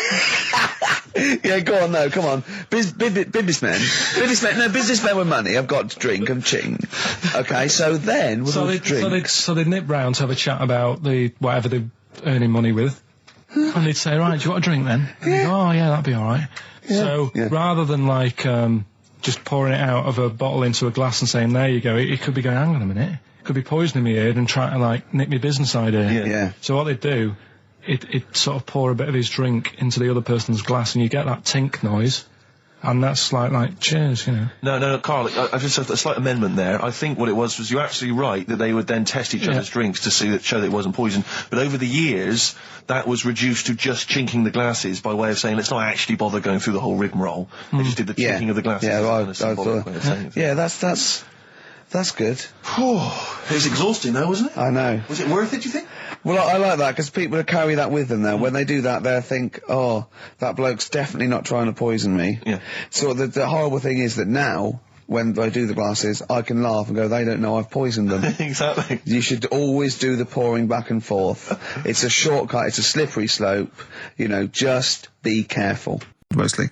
The problem with those adverts, like when I was growing up, they'd sort of give you ideas, because remember the Charlie's one, right? And we were on holiday, right? And I met these two lads who are knocking about with, like, mates and that. And that advert came on, and we thought it'd be a good idea to wind his mum up, because this advert had just been on saying, you know, kids are going missing in Wales, right? Yeah. So we said, oh, this will be a good laugh. We put the kid in the wardrobe. His mum came back from shopping, We said, oh, he's gone missing. We haven't seen him for hours. That's terrifying. I know. That's an appalling How thing old to were do. you? About 13. And what was his mum? She must have been frantic. Yeah, she was going mad, and that's when we thought, oh, God, we've gone... Will we say anything? Will we pretend we don't know where he is? Open the wardrobe, he'd suffocated. Yeah. That's horrible, Carl. I know, but Such it's a just cruel what you thing. do, isn't it? It's just what you do. Well, no, you do. What do you mean? It's just what you do. But what was it? Was he in the wardrobe? Was he listening to this? Why didn't he go, Mum, it's all right, when he heard her crying? No, she wasn't crying, she was just panicking and, like, screaming a little bit and that. Screaming a little bit. Okay, we'll tell her when the screaming starts. Exactly, yeah. And then, what's the other thing? Like, on the same, like, you know, all this was going on when I was growing up. And, one time we're on holiday, and my mum says, right, if you're going on the beach, it's a big beach. But, you know, if you're going to go out and play there, I need to know where you are. So where are these bells? Where this cowbell around your neck? She gave me a balloon. Good idea. A balloon, and it just, you know, sort of attached to my arm, so wherever I was playing in the sea and that, you can see the balloon and that. Brilliant. But then the problem was, everyone else thought that's a good idea. And it was just like loads of kids with balloons and that. Oh, I ruined it. So that didn't work. Yeah. Had to bin that idea. Hickory dickory dock, some lads there just wrote a song called Clocks. The lads are Coldplay. And the song is? Clocks. I'm Ricky Gervais, with me Steve Merchant, Karl Pilkington, pressing the little buttons there. XFM 104.9. What's that little Well, I think I do more than press the buttons. right, see, this is it, right? Karl has had a little strop on since last night, okay? And it's... He's had a little strop on? Yeah. You said strop on. I just wanted to clarify. And, I don't know why. He says that I'm an annoying person. He says that I wound him up, right? Which I don't know. He says that you're winding up because you're sort of like negative about everything. Negative? Yeah. And, but what I think it is because we pointed out that his lateness is unacceptable. Yeah. He said, meet you at 6. He turned up at 20 past. He said, well, someone stopped me in the corridor. I don't care. I've got stuff to do. We had stuff to do. I think we're a bit busier than you, Karl. You've got one job. We've got loads of jobs. I keep telling you that. You got one job in a little room, a 9 to 5 there, that you don't even get done in 9 to 5. That's why you're late and mucking around all the time. There's loads of work to do. Yeah, one job. No, cool. It's not. It's one job with a lot of other jobs in it. It's like those little Russian dolls you get. Right? Well, it's not, is it? Go. Yeah, it is. Yeah. Everyone thinks, oh, he only sits in his studio messing about, making songs a phrase. That's what I do in my free time. Which we've got coming up later. Super slick. I still think 20 minutes late is an outrage, though. Yeah, 20 minutes late is... Yeah, but I didn't say bang on 6. I said around 6. No, you didn't. You said 6, which means 6. Well, it doesn't. Wait, sorry, it doesn't. If it was a newsreader, I'd say, yeah, you've got to be on time. Do you know what I mean? If it was a 6 o'clock news, I wouldn't want to be late. But it's the fact that I said to you, I'm busy, I've got stuff to do. No, you didn't say that. You said 6 o'clock to sort out tomorrow's show. I didn't. I know what I said. So yeah, well, you don't, because I remember you sent me a text. You didn't even, it wasn't even a phone call. You didn't even have the politeness to call. Stephen has stitched him up by being a little bit more precise than him. It was a text and it said, see you around 6 tomorrow, question mark? Around. You just said it. Well, yeah, but 6. That doesn't count. That doesn't mean anything. Well, yeah, no, it does. What? So, all right, you told me you said 6. Well, he did. I'm paraphrasing. 6 o'clock, Rick. To me, even if it was around 6 o'clock, that would be 5 to 6 or 5 past 6. It would not be 20 minutes after the event, because that is late. Well, you've got nothing. You see, you haven't even got an excuse. Yeah, but then I turned up, right, and I said, right, well, let's not argue about this. Let's come up with some good new features. Thanks, Ruth. And Suzanne was sat on the floor in front of me, and she was like, oh, rub my neck, it's hurting. So I thought, and I hate doing that, it really it bores me. Well, she's your girlfriend, for goodness sake. I know, Dale Winton's different, you're getting paid for that, go on. So I thought, the only way to shift her, I'll let one go, right? So I did that. I love that! It's such a loving relationship. I love that, that's great! So like doing the washing up badly. Yeah. She won't ask me again, what have you done? I've smashed the cups up and I've written in excrement across the wall. Well, that's no good, isn't it? Well, I won't do it again then. Give me the marigolds, I'll do it. I've nailed the cat to the fridge, what's up with that? Yeah. Go on. But yeah, so I did that, and it worked. She sort of got up and said, oh, and my dad said, what do you do that for? What was he thinking? So I said, oh, I hate rubbing her neck, does me head in. So he says, you know, I've never trumped in front of your mother. for 40 years. Sorry, where was this? Chigley? Why is this family talking like this? Young Karl, I've never trumped in front of your mother in 35 years. Why you... What? I don't know what... No, it's just like he said, you know, we've done a lot of things in the family. Like, Hold on, what did he say that for? What, he's never trumped in front of your mother? He just offered that information up. Well, he just was surprised that I did it. He said, where have you got that from? Yeah. Whoa, he's lowering intestines, I'd have thought. What do you mean? You have to imagine there's a class of farting. Oh, no. we haven't told our kids about farting. He doesn't do it. We haven't told them about it. We don't do it in front of them. You have to learn it, do you? No, but there's a place. That's what I was always told. Go on. There's a place for that. Cornwall. Do you know why I think I was ill? Stress. I genuinely think it was stress. I think I'm beginning. No, I'm analysing it. What do you think of that, Karl? But I'll tell you what it is. Look, think about it though. We live in London. We got the war, the threat of terrorist activity. That's where I live. I'm all right. Next one. We got SARS. One. Yeah, but you can walk to work. I got to travel on the tube. I came in this morning. I saw a Chinaman sneeze. I was terrified. S Club 7. They've split up. I mean, I worry about those sort of people. They're young kids. They're talented guys. I mean, they say they're going to be all right. I'm not sure Tina is. I'm not sure she's got the talent. So there's just so many elements that stress me out. I remember you were worried about hearsay.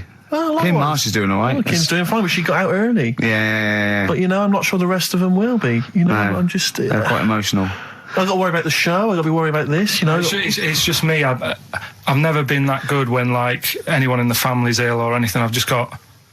Just because that's the way I am. Do you know what I mean? If I'm ill, I don't expect people to run about. No, well, I've never been off for being ill. I mean, you were. A couple of weeks ago. But that's. But hang on, I've not missed either of the shows. I'm ill today, but I'm still here.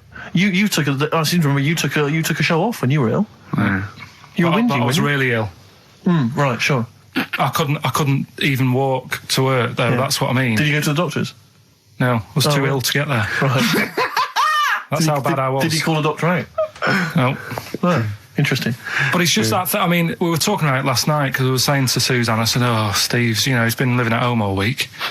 She said, oh, is he I really like the way he talks about you behind your back as well. Thanks. And she said, what's up with him? Malingering geek. And I said, oh, he's got a sore throat or something. She went, sore throat? Oh. So she said, well, you don't know how serious it is. Don't be offhand with him tomorrow because, if he's coming in and he's still not right. Because she always sticks up for you. Yeah. Right? And she said, got some sense. She said, and anyway, you're no good when people are ill. I said, hang on, what are you talking about? So, apparently, when we first sort of started going out, the first time she was ill, she kind of thought she saw the real me. Because she was ill in bed and that, and I was saying, oh, get up. And, of course you can drink alcohol with these. And I just was like, you make yourself feel worse if you lie in bed. I said, come on, we need to go shopping. And she said, you go shopping. I said, no, I'm not, because I'm rubbish at shopping for food. Do you know what I mean? I'm all right at getting that night's food, but once it starts, like, you've got a plan. Sure, yeah, you're dropping the bananas. I forget all sorts of stuff. Yeah, so all over the floor. Well, she was like feeling hot on that. She said, I've got a temperature, so we'll come to the supermarket and hang about in the chicken. Frozen chicken section, cool yourself down. Yeah, sure. And it made her worse. So now she was like, do you remember that? And I was kind of like, yeah. Who's that hot woman sitting in the chicken fillets? Yeah. That's Karl's girlfriend. Yeah. She's obviously ill again. Even when I was younger, do you know when I told you that I was picked at school to give old people biscuits? Right, yes. Because you had nice hands, Because I had nice nails, right? Yeah. And then because I went down a storm at that. I went down a storm at that. Said, bravo! Getting back with the Garibaldi's the best I've ever had. Bravo! What do you mean you went down a storm? Because I'm into biscuits, so... You knew your stuff! I was talking to him about... I'm into biscuits! Right, so... Did you make sure that they finished the first layer before you dipped into the second layer? No, there's no rules like that. Just no rules. What do you want? What do you want? What do you fancy? Yeah. So then, because I was good at that, we were going to like an old people's home where they're a bit iller, rather than just being old. They were like ill. Yeah. And I said, no, not doing that. Not going there. Because they're old people. Yeah. They don't want biscuits. Well, yeah, that's the They're too old to eat. So did you have to dunk them in tea before you fed them to them? No, it was just like... Did you feed them like... Did you have to chew their food, then stick it down their throat with your face? Like a little bird? Yeah, a little trolley, right? Yeah. A lad who I didn't really get on with, he had good nails as well, so he was serving the tea. Yeah. And I just had a chat and said, oh, do you want a biscuit with that? Yeah. What about this one? Do you like bourbons? Yeah. Oh, you really did the whole... Oh, right, so you weren't just... It wasn't like their choice, you offered a selection. Well, I sort of sold them, because the thing is, there's only so many, so you've got to handle the situation well. Sure. You don't want too many in one type, so it's like, well, you've had a bourbon. Yeah. What a great life they lead. They probably only pay about 900 quid a week to stay in that particular home. Yeah. And they get a free bourbon by a kid with clean nails. Brilliant. Whoop-de-hoo. Oh. So anyway, I found these things. I went for some food. Yeah. And it was the last few days. I didn't take much money with me, and we were in Florida, and we were hungry. And we went for some steak. And... we had our dinner and that, and I think it's their equivalent to the Angus Steakhouse. Yeah. Right. And sat down, had the steak, and that's huge, big portions. But anyway, we didn't have much money left, and we had like another 2 days left, so we didn't have much money for a tip. Do you know, over there they expect it? Yeah, a big tip, yeah. So we left what we could, and I don't know what it was. It might have only been the equivalent to 60 pence. Yeah. But he didn't have to do that much. We didn't have loads of courses because we didn't have much money, so he brought us like the main course, and I don't know, a couple of Diet Cokes. And anyway, left them the 60p. Yeah. On the way out, and he comes running over. Excuse me, sir, you can have this back. Because it wasn't enough. I mean... yeah. It's outrageous. What did you say? I said, all right then. Yeah. Well, I needed it. I mean, I thought it was nice to leave them something, but obviously it wasn't enough, so he got us a couple of more. Is it good fun with you on holiday? I mean, do you enjoy yourself? Yeah. Do people go with you on holiday? Because I remember... When we, I was growing up on this estate. This is going to be good. Go on. No, it's not. It's just an example of how this doesn't work. Go on. So we don't need to worry, sort of thing. Sure. Right? Okay. So I'm growing up on this estate, and there was this woman about 4 houses down, right? Who's a bit rough. All right. Didn't fancy her. Oh God, no. Right, but she had a baby. Well, tell me about her first. I'm interested in this woman. Why was she? It was a very... So like being a man in a dress. I mean, I didn't grow up in a posh house or anything. And I'm not saying that if you live in a bit of a rough house, you're a bad person. What does she look like? But anyone can Tattoos? clean up. Look like Tony Green with a fag on. They didn't clean up much, right? Oh. Which, even if you've not got a lot of money, you can still try and make the place look jiff. nice. Yeah. Right? But she didn't. And a kid used to take a horse into the house. Sorry. Whoa, Neddy. What do you mean a kid used to take a horse into the house? Where did he get a horse? Must have nicked it from somewhere. Must have So you've seen a horse in it? No. What, is that from outside the saloon round the corner? Yeah, was it just tied up with a bit of lettuce? Right? Oh, that's great. Did Big Jake come looking for it? I'd been out. Oh. No, sorry, let me get this. This was before the lynching stopped or after. Where did he get a horse from? What do you mean he must have nicked it? His mum said, where'd you get that from? I bought it. All right then. But keep it out the kitchen. I don't want you going Catlin rustling. Where did he get a horse from, Karl? And how long did he have it for? Was he leading it or riding it? Mum, open the door, I can't stop. I can't stop it. Open the patio door as well. Looks like we got us a runaway. What do you mean? I don't know, but the thing is they couldn't afford to buy one because they're not cheap. So I'm just guessing. Maybe that's wrong of me. But I think... He had a horse? Yeah, right. So that's why the family didn't have any money. They'd spend it on the horse. No, I don't think, that's what I'm saying. I don't think they would have bought it. So anyway... Yeah, it's wise to whisper, Karl, in case they're listening. Yeah. And they could be in the room next door. It's not buying it, it's keeping it as well. Oh, so I was like in the car with my dad coming into the avenue, and you used to have to drive down it to turn round and, and sort of go back to our house. You had the traditional method of transport, And the horse was in the lounge, reading a paper, just like walking around. What? And when I was doing, I tried to earn myself some money once by flogging little flowers in plastic cups. What? This is genius. It just keeps coming. What do you mean you're trying to flog little flowers? What do you mean? Wait.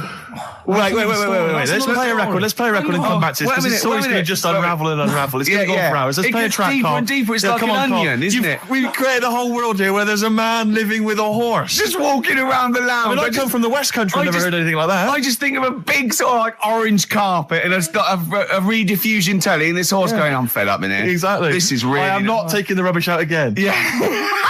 I'm Ricky Gervais. Hello there. You're Steve Merchant. I am indeed. Karl Pilkington over there. Big day today. Really? Yeah, for Karl. He hasn't been looking forward to it. He's been whinging in the week. A couple of things. He thinks he's overworked. He thinks he's overworked here, and he's stressed, and he's got to do DIY. MTV are coming in, right, to give him the chance of his a lifetime to do just a little screen test, and he's going, well, I'm not going to look good, am I? They're not going to have a why. He said, well, I've got a round head and I'll be wearing headphones. And he's not made an effort. He thinks, they'll put him off. He said, they won't even press record. He's got a spot on his head. I mean, you know, also... Carl, you're not looking forward to it. You're not excited about it. It's a great opportunity. Why is it a great opportunity? To get on MTV? No, but... Look, money for old folk. Yeah, but look what's happened to people like Jeremy Speak, or whatever his name is. And all Jeremy that. Speak, yeah. Yeah, and... yeah, slightly different. Why is it? Well...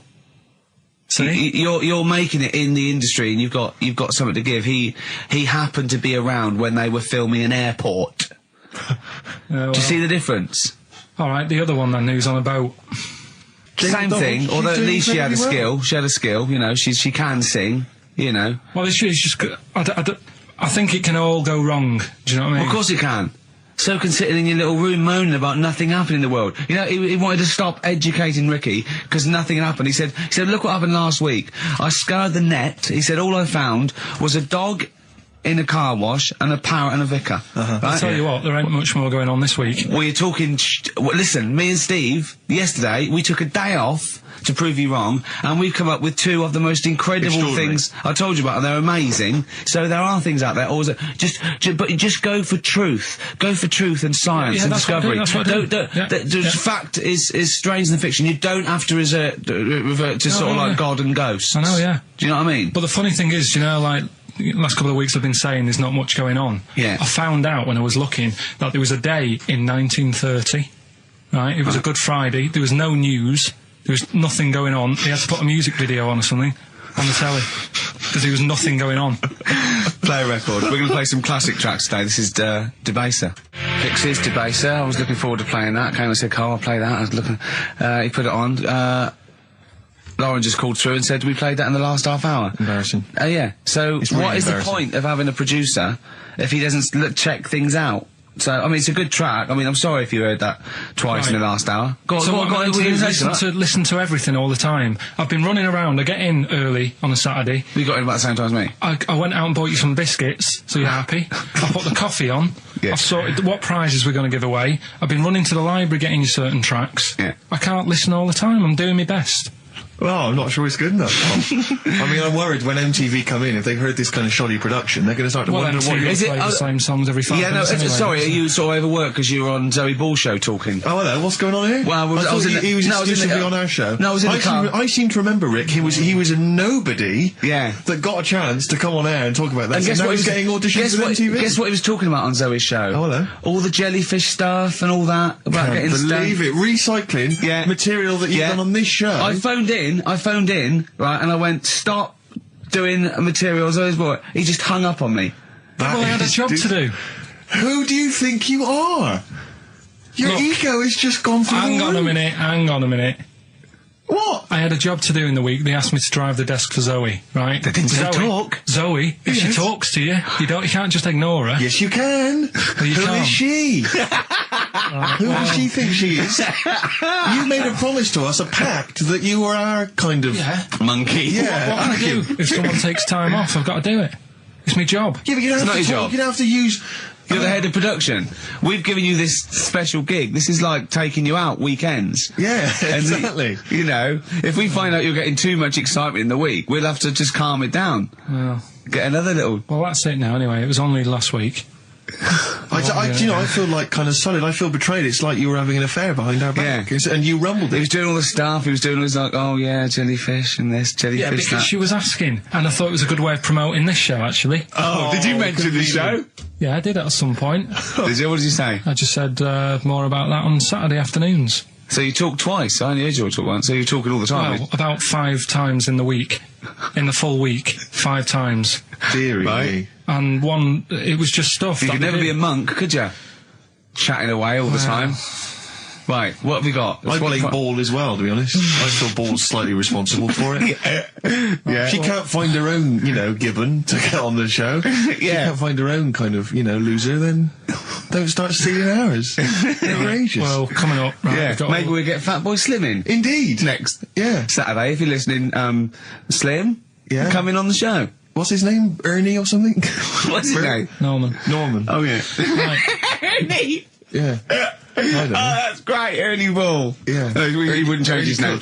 I'll tell you what, though, talking about ghosts and that, do you know how I'm into them? Yeah. Right? How weird do you think this is, right? Well, it's not true. Before you say it, play a record. No, go on. Go on. Right, it's this woman. I don't even know if it's ghost, really. It's just a bit weird. Sure. Yeah, sure. There's this woman, and she's not a woman, she's a kid. Sure. Okay. Sure. She's walking down like a street in her area. It's a nice day and everything. Everything's normal. She's walking down, and a woman comes up, cycling past, right?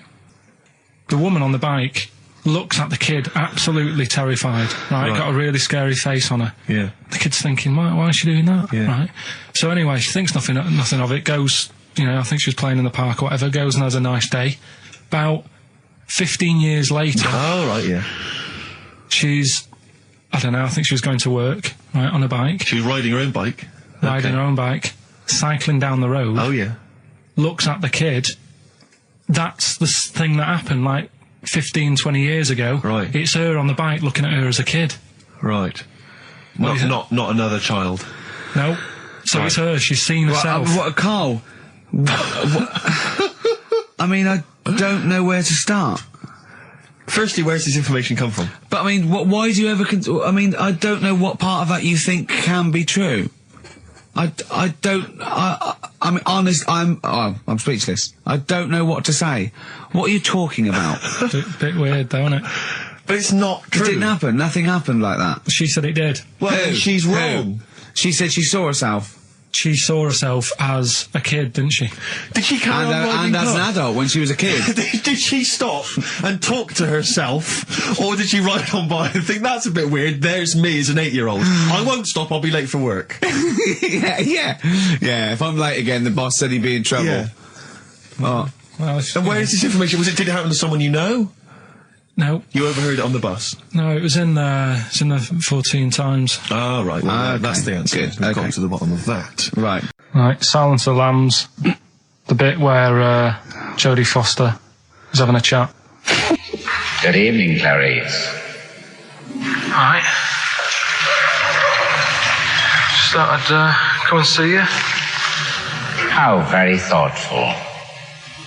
Don't mind me popping in though, do you? It's just no one else is interested in the sort of things I like talking about. People will say we're in love. Well, say what they want. Did you hear the show last week? We were talking about gay people, if they should have their own toilets or not and stuff. That was good. Yeah, it's alright, wasn't it? Got a good debate going. Enjoy doing the show. It's a favourite part of my week, really, just talking about weird stuff and that. Oh, Clarice, your problem is you need to get more fun out of life. I have a lot of fun in my life.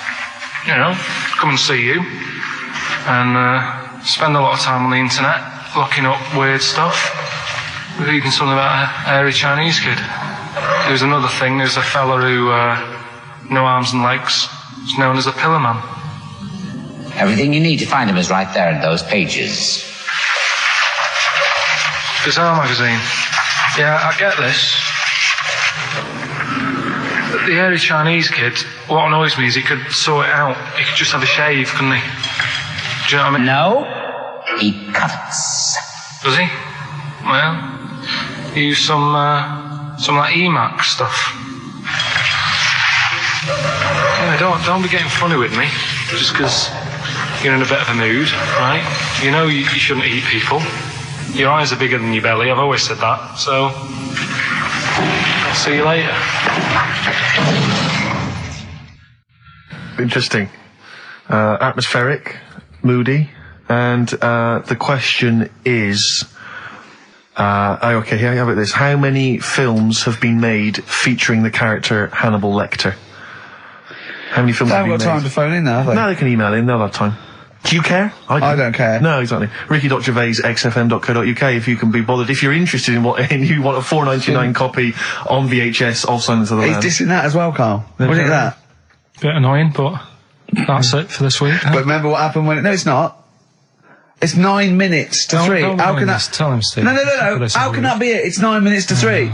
What's he doing? Is he playing a record? Carl, what can I do to get back on your quiz team? Well, you're not... Right. Songbird Oasis, right. Send Carl a little present. Send him some essential oils or something, or, a little lavender pillow, or just a little message. Send him a little message. Tell him it's all worth it. He's getting all grumpy, aren't you? I just get sick of it, that's all. It's not worth it for going through the stress for 30 quid every Saturday. You lying little... You'd get more than 30 quid. Oh, not much more. Anyway, Steve, who's the winner? The winner is Mike McNulty. He correctly answered the fact that there were 4 films featuring Hannibal Lecter. There's a downer now, isn't there? There's a downer. I think it was you, actually. I mean, I don't know, Carl. It's not like I'm just trying to win myself a place on your team, but I actually felt that Ricky was really I gave him grapes. I thought Ricky was discourteous, if that's a word. I thought he was rude, aggressive, unpleasant. As one person emailed in, a dickhead. So, someone also said you were fat and talentless. I don't like those emailers who do that sort of thing, but one of them said you were really, really annoying. Well, cheers for that, but you're still not on the they didn't team. like what you were wearing. Can I just tell you some very, very interesting things about pigs? Please do. Right. One, everyone knows they have a corkscrew-shaped penis, right? A corkscrew-shaped penis. That's the tail, isn't it? 2, they can't look up. They can't put their head back and look up, right? 3, they can have a 30-minute orgasm. Yeah. Rick, is it only pigs that have got a corkscrew-shaped penis? No, and landlords. Okay. Very handy.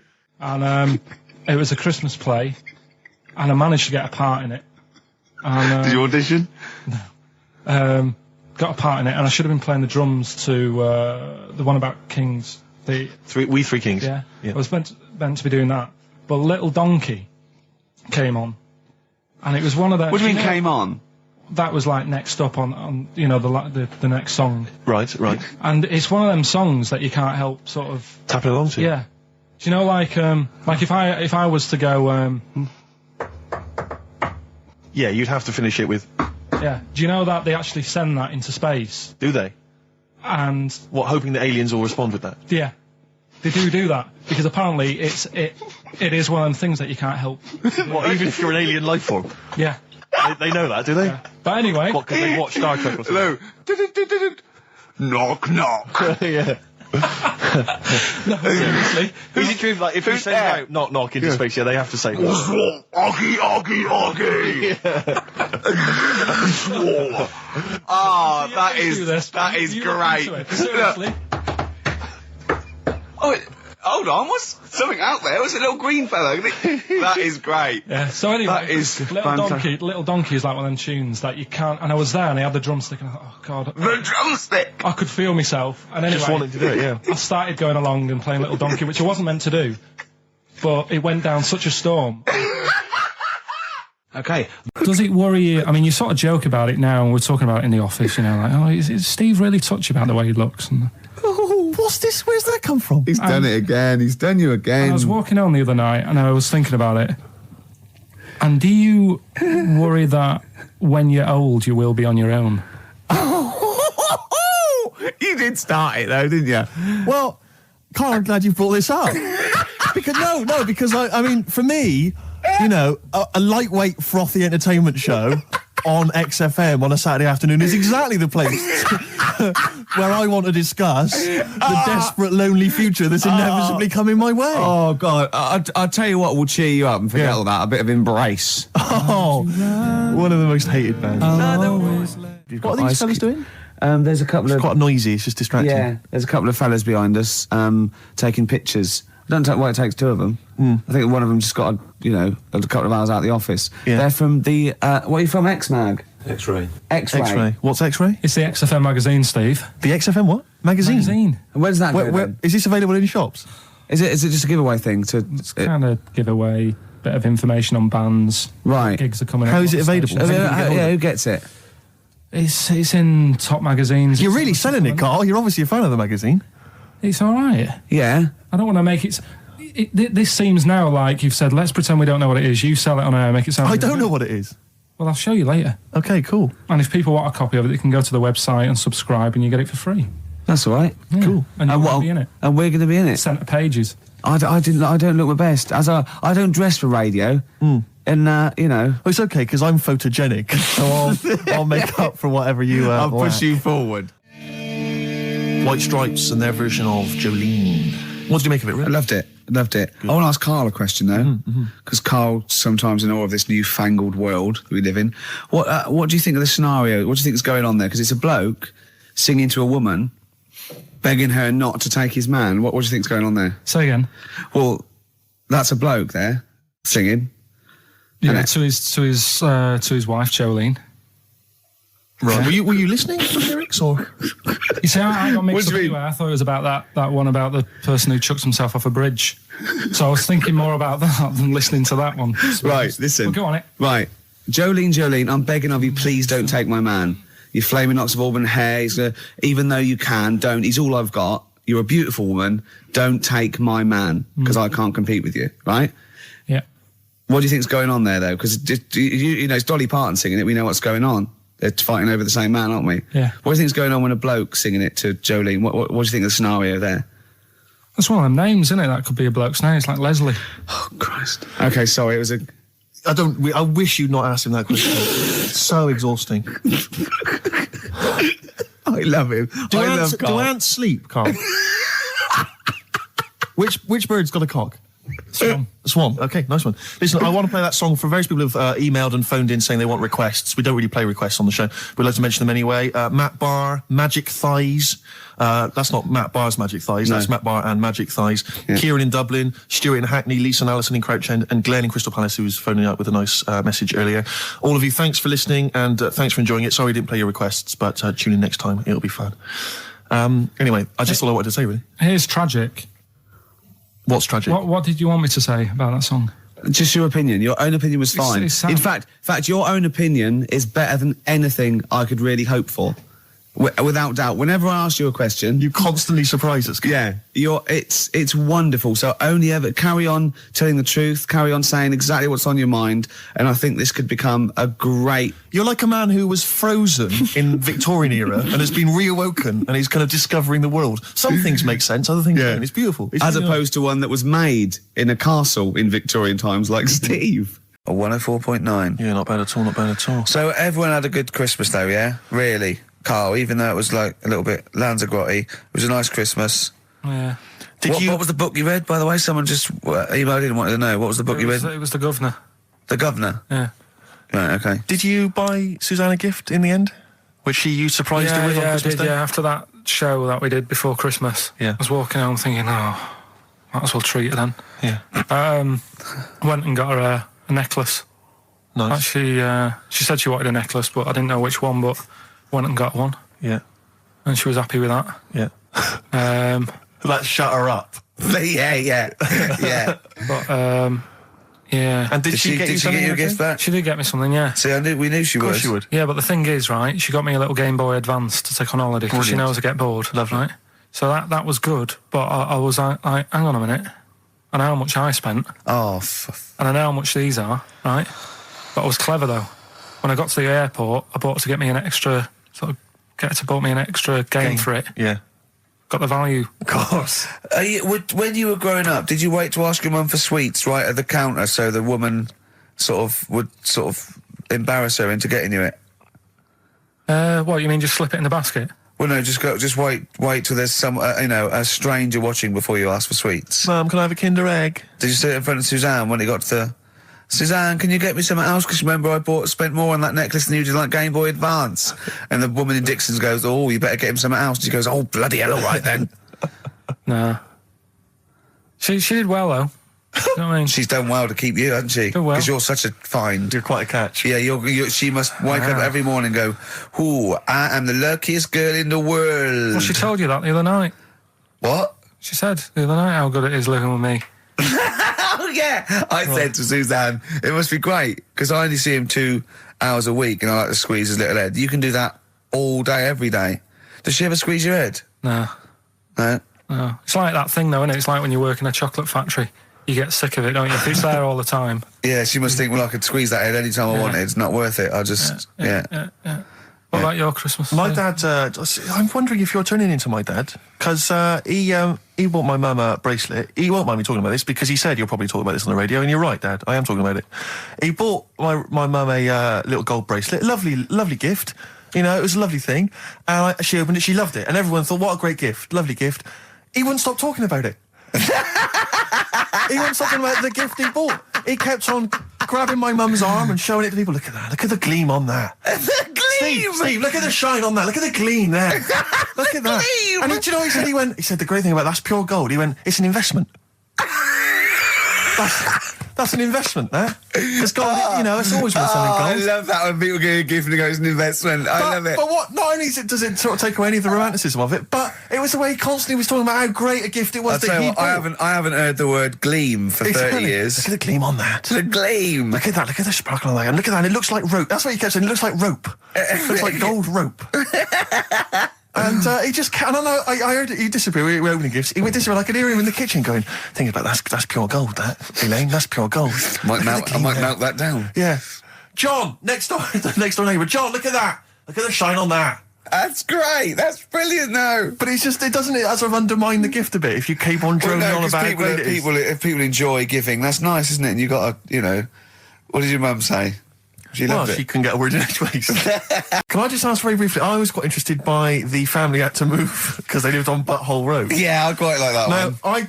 I don't know if I've told you before, Rick, where I used to live. I'm not going to tell you the name of the street that I used to live on, not on air, because my parents still live there and I don't want, you know. But I'm going to write it for you now. This is the genuine name of the street I used to live on. Just imagine when you're at school. Yeah. And like in class, for instance, in French, you've got to say you've got to answer where you live. Yeah. J'habite, wherever. Yeah. That's the name. This is actually the name of the street we lived on. No, it's not. I swear to God. That is... Absolute right. I could phone my father now and he could confirm that for you. No, I swear because he doesn't want to God. And I'd say that... But listen, do you know what worries me? It's the apostrophe S. I know. Because that's blatant. Yes. Amazing, isn't it? That is incredible. But imagine how embarrassing that was. So if I look that up in the Bristol... You'll find that in the Bristol A to Z. I swear to God. That is really... Why have you never told me that before? I can't believe I haven't. I'm still embarrassed now. Do you know, whenever I have to phone up, if I have to give that address, I always spell it instantly. Really? Like, somehow that'll hide it. That'll disguise the name. But I can't get over that. Anyway, if you perhaps live in Tits Avenue, yeah, you know, or... Wanklin Drive. Wanklin Drive, just get in touch. Let us know. We're not really interested. Talking of campaigns and things and that, did you see Sir Bob on Jonathan Ross last night? Sir Bob Geldof. Sir Bob Geldof. Yeah. Are you going to walk to Edinburgh or sail to France, Karl? What do you think of all this? The G8? I think it's good that, you know, he's doing some stuff for the world and what have you, but probably won't bother. No. Having a walk. What do you make of all this campaigning? You know, he's dedicated his life to this now, hasn't he? Yeah. I mean, it's interesting. I was watching him last night, and I respect the man. I mean, he used to work here, didn't he? Did some shows and that. Mm-hmm. It's good. It's all right that he can do it, but... I assume that's not why you respect him. I assume you respect him because he's trying to save a nation, as opposed to used to work in XFM for a while. Yeah, I know, but I'm just saying it's good that he's given up a lot of his time to, you know, try and save the world and that, but, you know, there's a bit of me that's kind of like, you know, is he wasting his time a bit? Right, well, what do you mean wasting his time?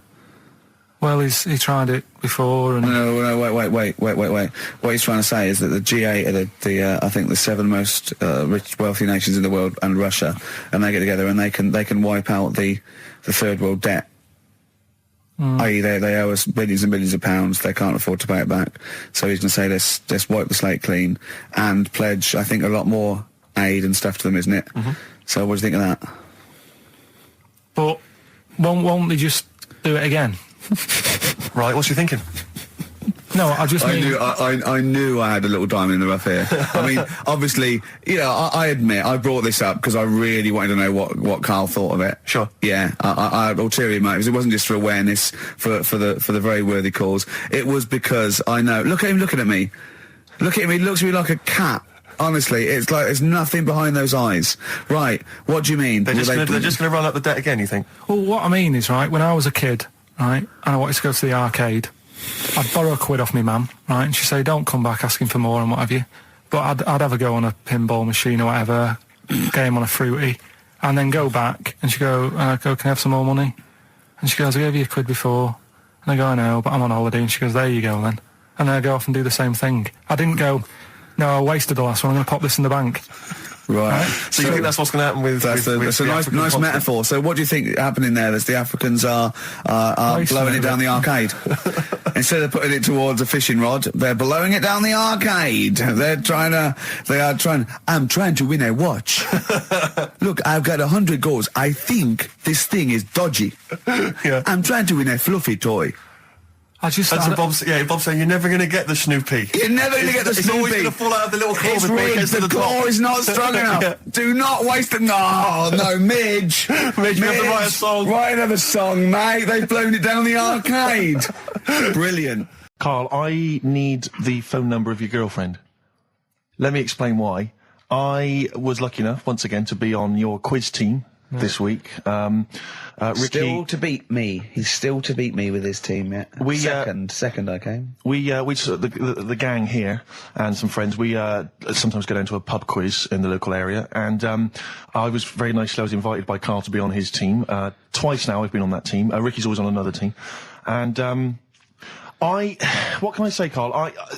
Do you mind me saying this now? Because I've analysed the team, and it's very much your team, and you've put the team together. You've recruited some excellent personnel. Your girlfriend's very, very good on the team, as is one of her work colleagues. And you normally bring in, someone like myself. I like to think I've been providing something with the entertainment section. I seem to remember last time I answered at least 6 or 7 questions that other people hadn't got. So I felt I provided something there. Karl, I rather like John Harvey Jones, who used to be called in to sort of troubleshoot companies.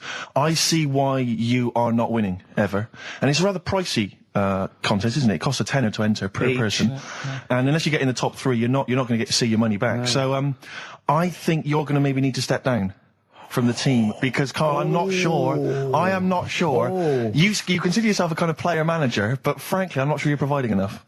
Right. See, this is funny, because as bad as I imagine you are, I don't think Steve would make it into my team, so he's getting a bit cocky here. I want to know what your opinion of him, because he's told me he's great on it. Well, you bang out of order, first of all. Okay. Do you have a good night when you're with us?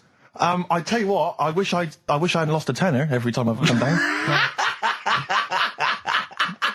That would have improved it. You point out there about the football analogy. Mm-hmm. Alex Ferguson, when did he score a goal? Right. He doesn't. He tells the others how to do it. Right? That's my role. He doesn't take up one of the 11, though, does he? No, exactly. It's not like you can only field 10. Because we only got 10 again. I want to be in the 11. Exactly. He's not running around in midfield, falling over. Yeah, shouting, oh, what have I told you? Yeah. No. Right. I'll admit, and there's a limit of 5 players. We should explain that. That's the point. Yeah, there's only 5 players on the team. So it was pretty tricky on Tuesday, though, wasn't it? It was one of the tougher... Tell everyone the one question you got right. Something about... Well, tell us the answer. The 2 words you had to say to get the answer. Danny Minogue. Danny Minogue. That was what you provided, Danny Minogue. Is this valuable? Well, no, not really, because there was at least 2 of us who also knew the answer. Oh, well, we gave him. No, exactly. We gave it to Karl. We massaged his ego. I just feel Karl. Do you know what? I feel a bit bad now, because I just he had a crushed face. Then. Can I just tell you right now? He just can't believe this. Can I just tell you right now? I think the problem is this.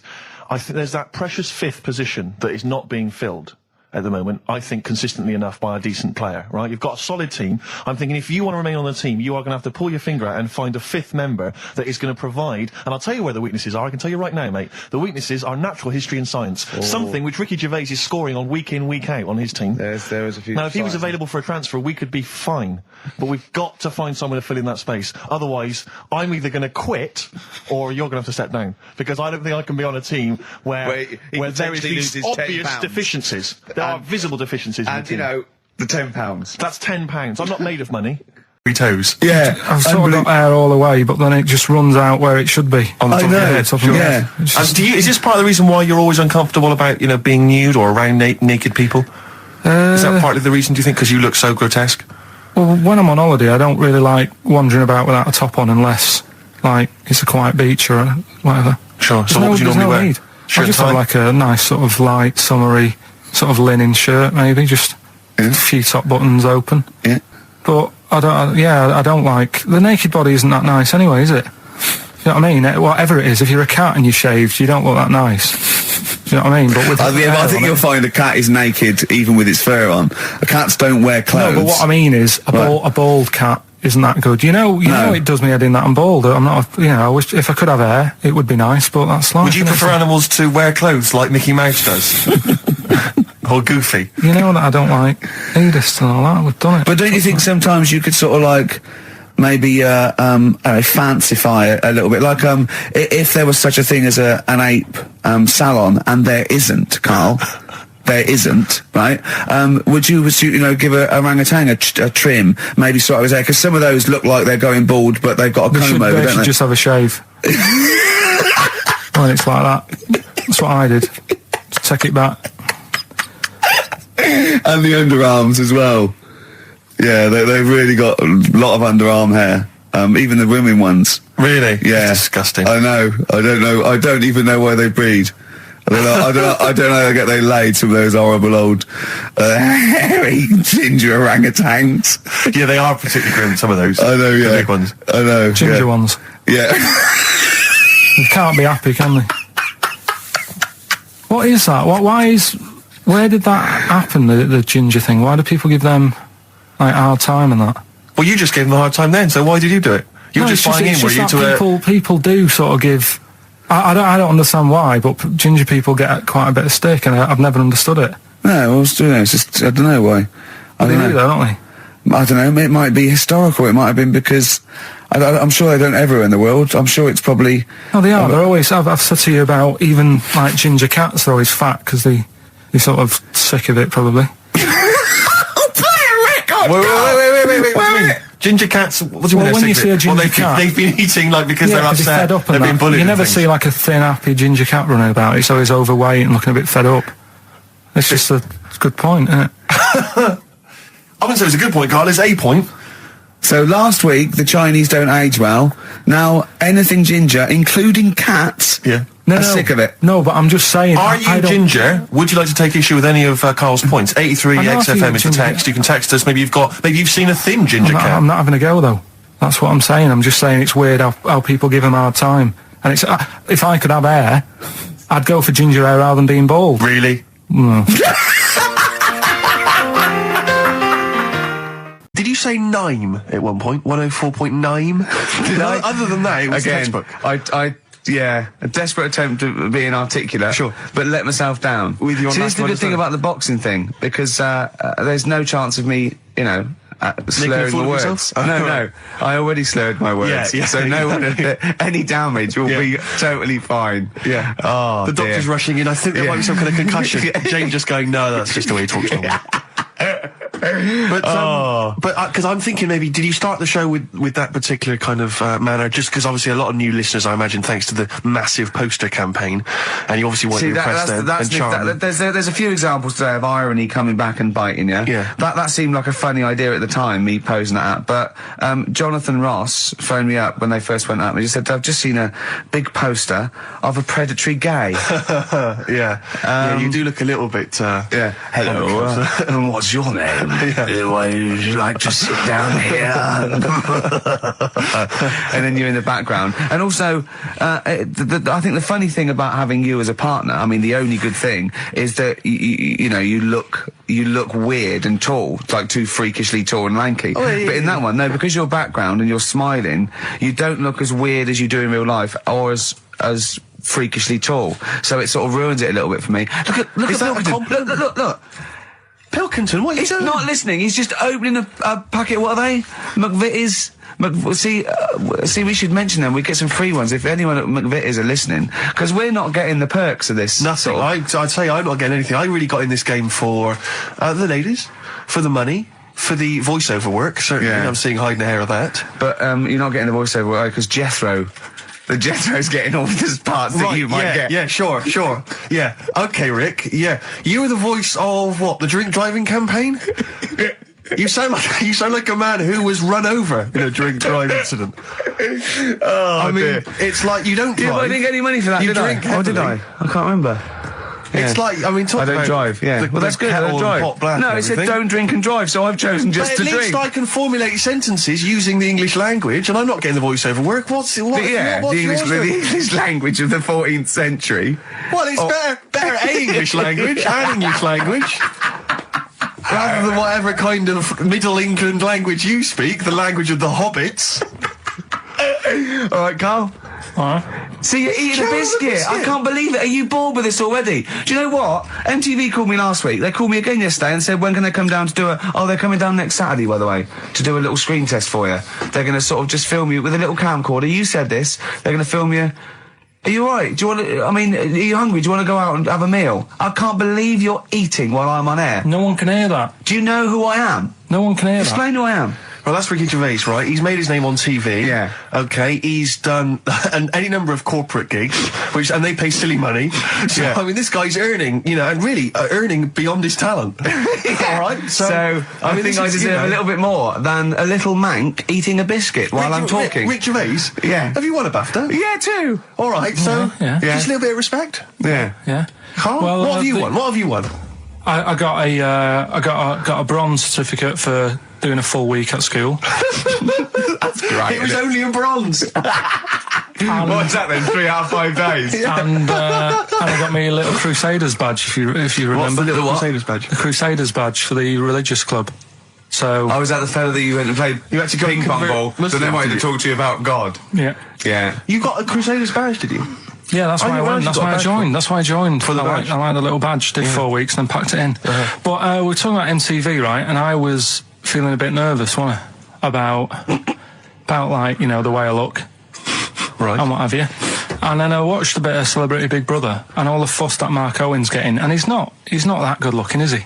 He's a very... I want to be Mark Owen's mate. If anyone who knows Mark Owen or Mark Owen's listening, I want to be his mate. I think he's brilliant. I think he's a nice lad, but what I'm saying is, right, all the girls go mad over him. Yeah. And he's not that good looking, is he? Well, no, he's got... He is in a certain way, isn't he? That sort of non-threatening sort of... but he's not stunning, is he? Do you know what I mean? No, but... No, well, what's your definition of a stunning? Yeah. Well, who do you like? Someone who you look at and you go, God, they're good Which looking. bloke do you fancy? What bloke do you think's attractive then? So if I was into men... Yeah. In fact, you can still say a bloke's a good looker without fancying him. Who do you think is attractive? Probably. I mean, it depends what you're looking for. No, just look. Just look. There's different looks as well. Of course, yeah. Who would you say was attractive? Who would you say was like stunning in your definition? A good-looking lad. Yeah. Good-looking lad. Oh, look at him over there. He's.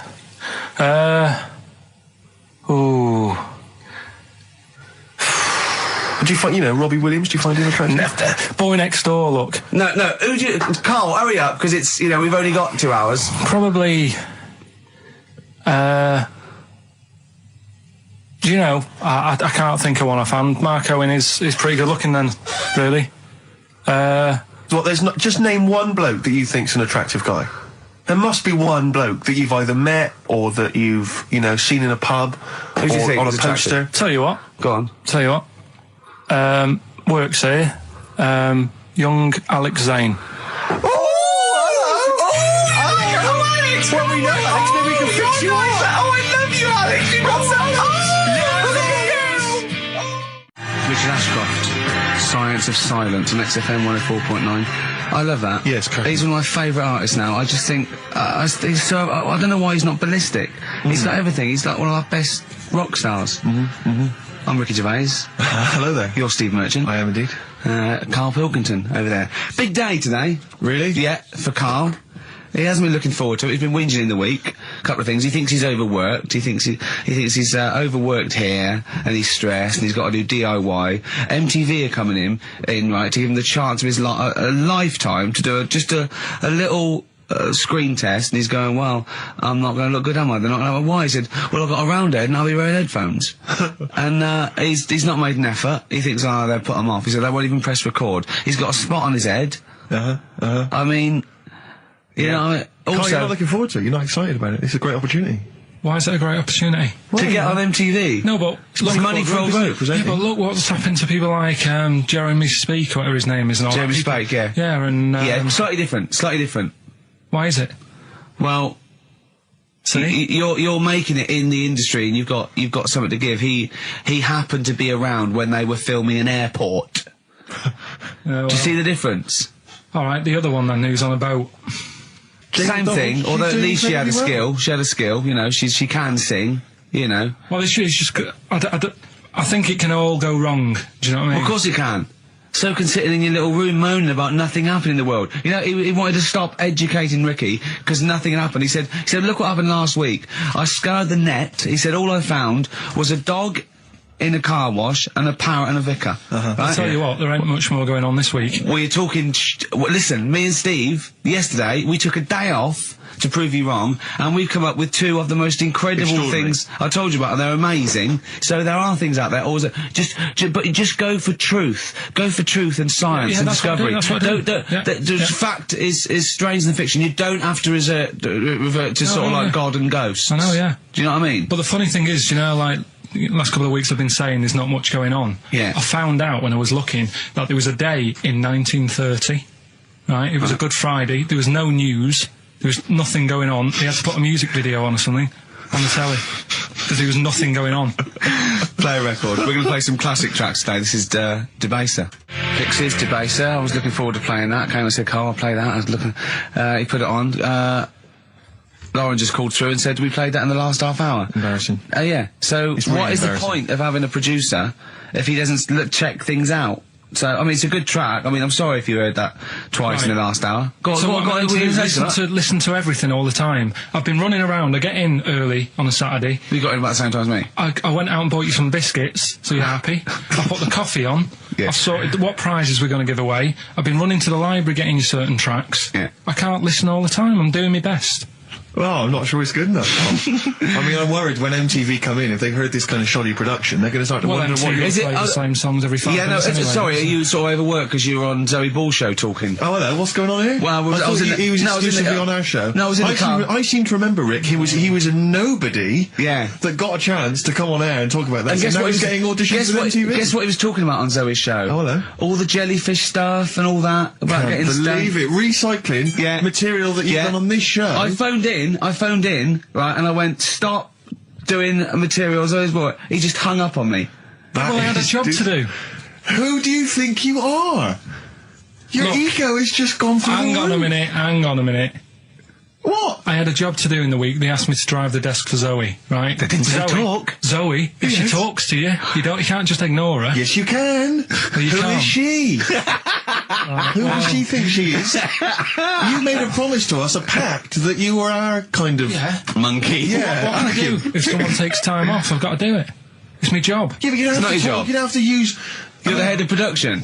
We've given you this special gig. This is like taking you out weekends. Yeah, exactly. You know, if we find out you're getting too much excitement in the week, we'll have to just calm it down. Well, get another little... Well, that's it now anyway. It was only last week.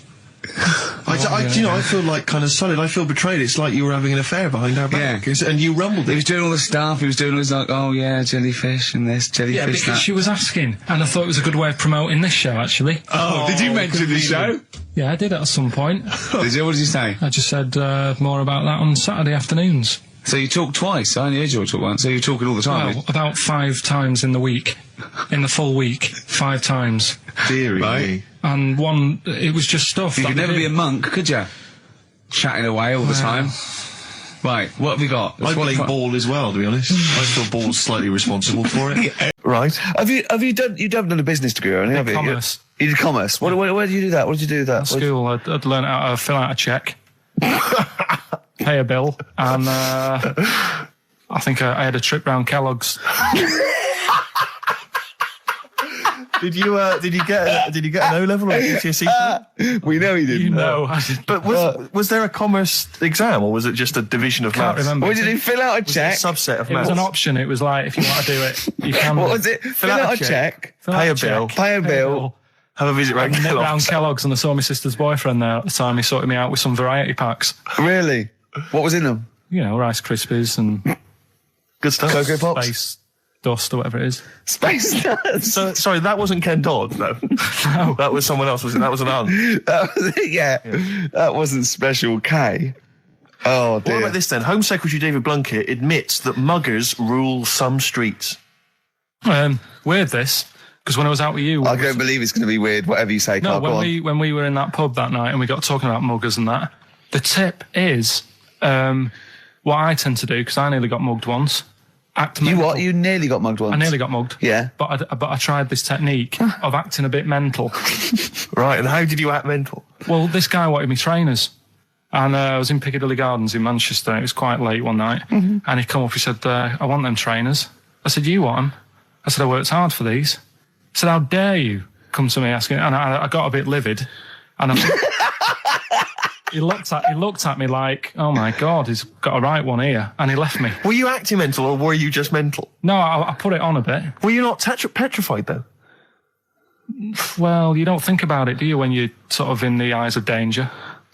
Well, not you. Clearly, you're a brave man. So, what did you say?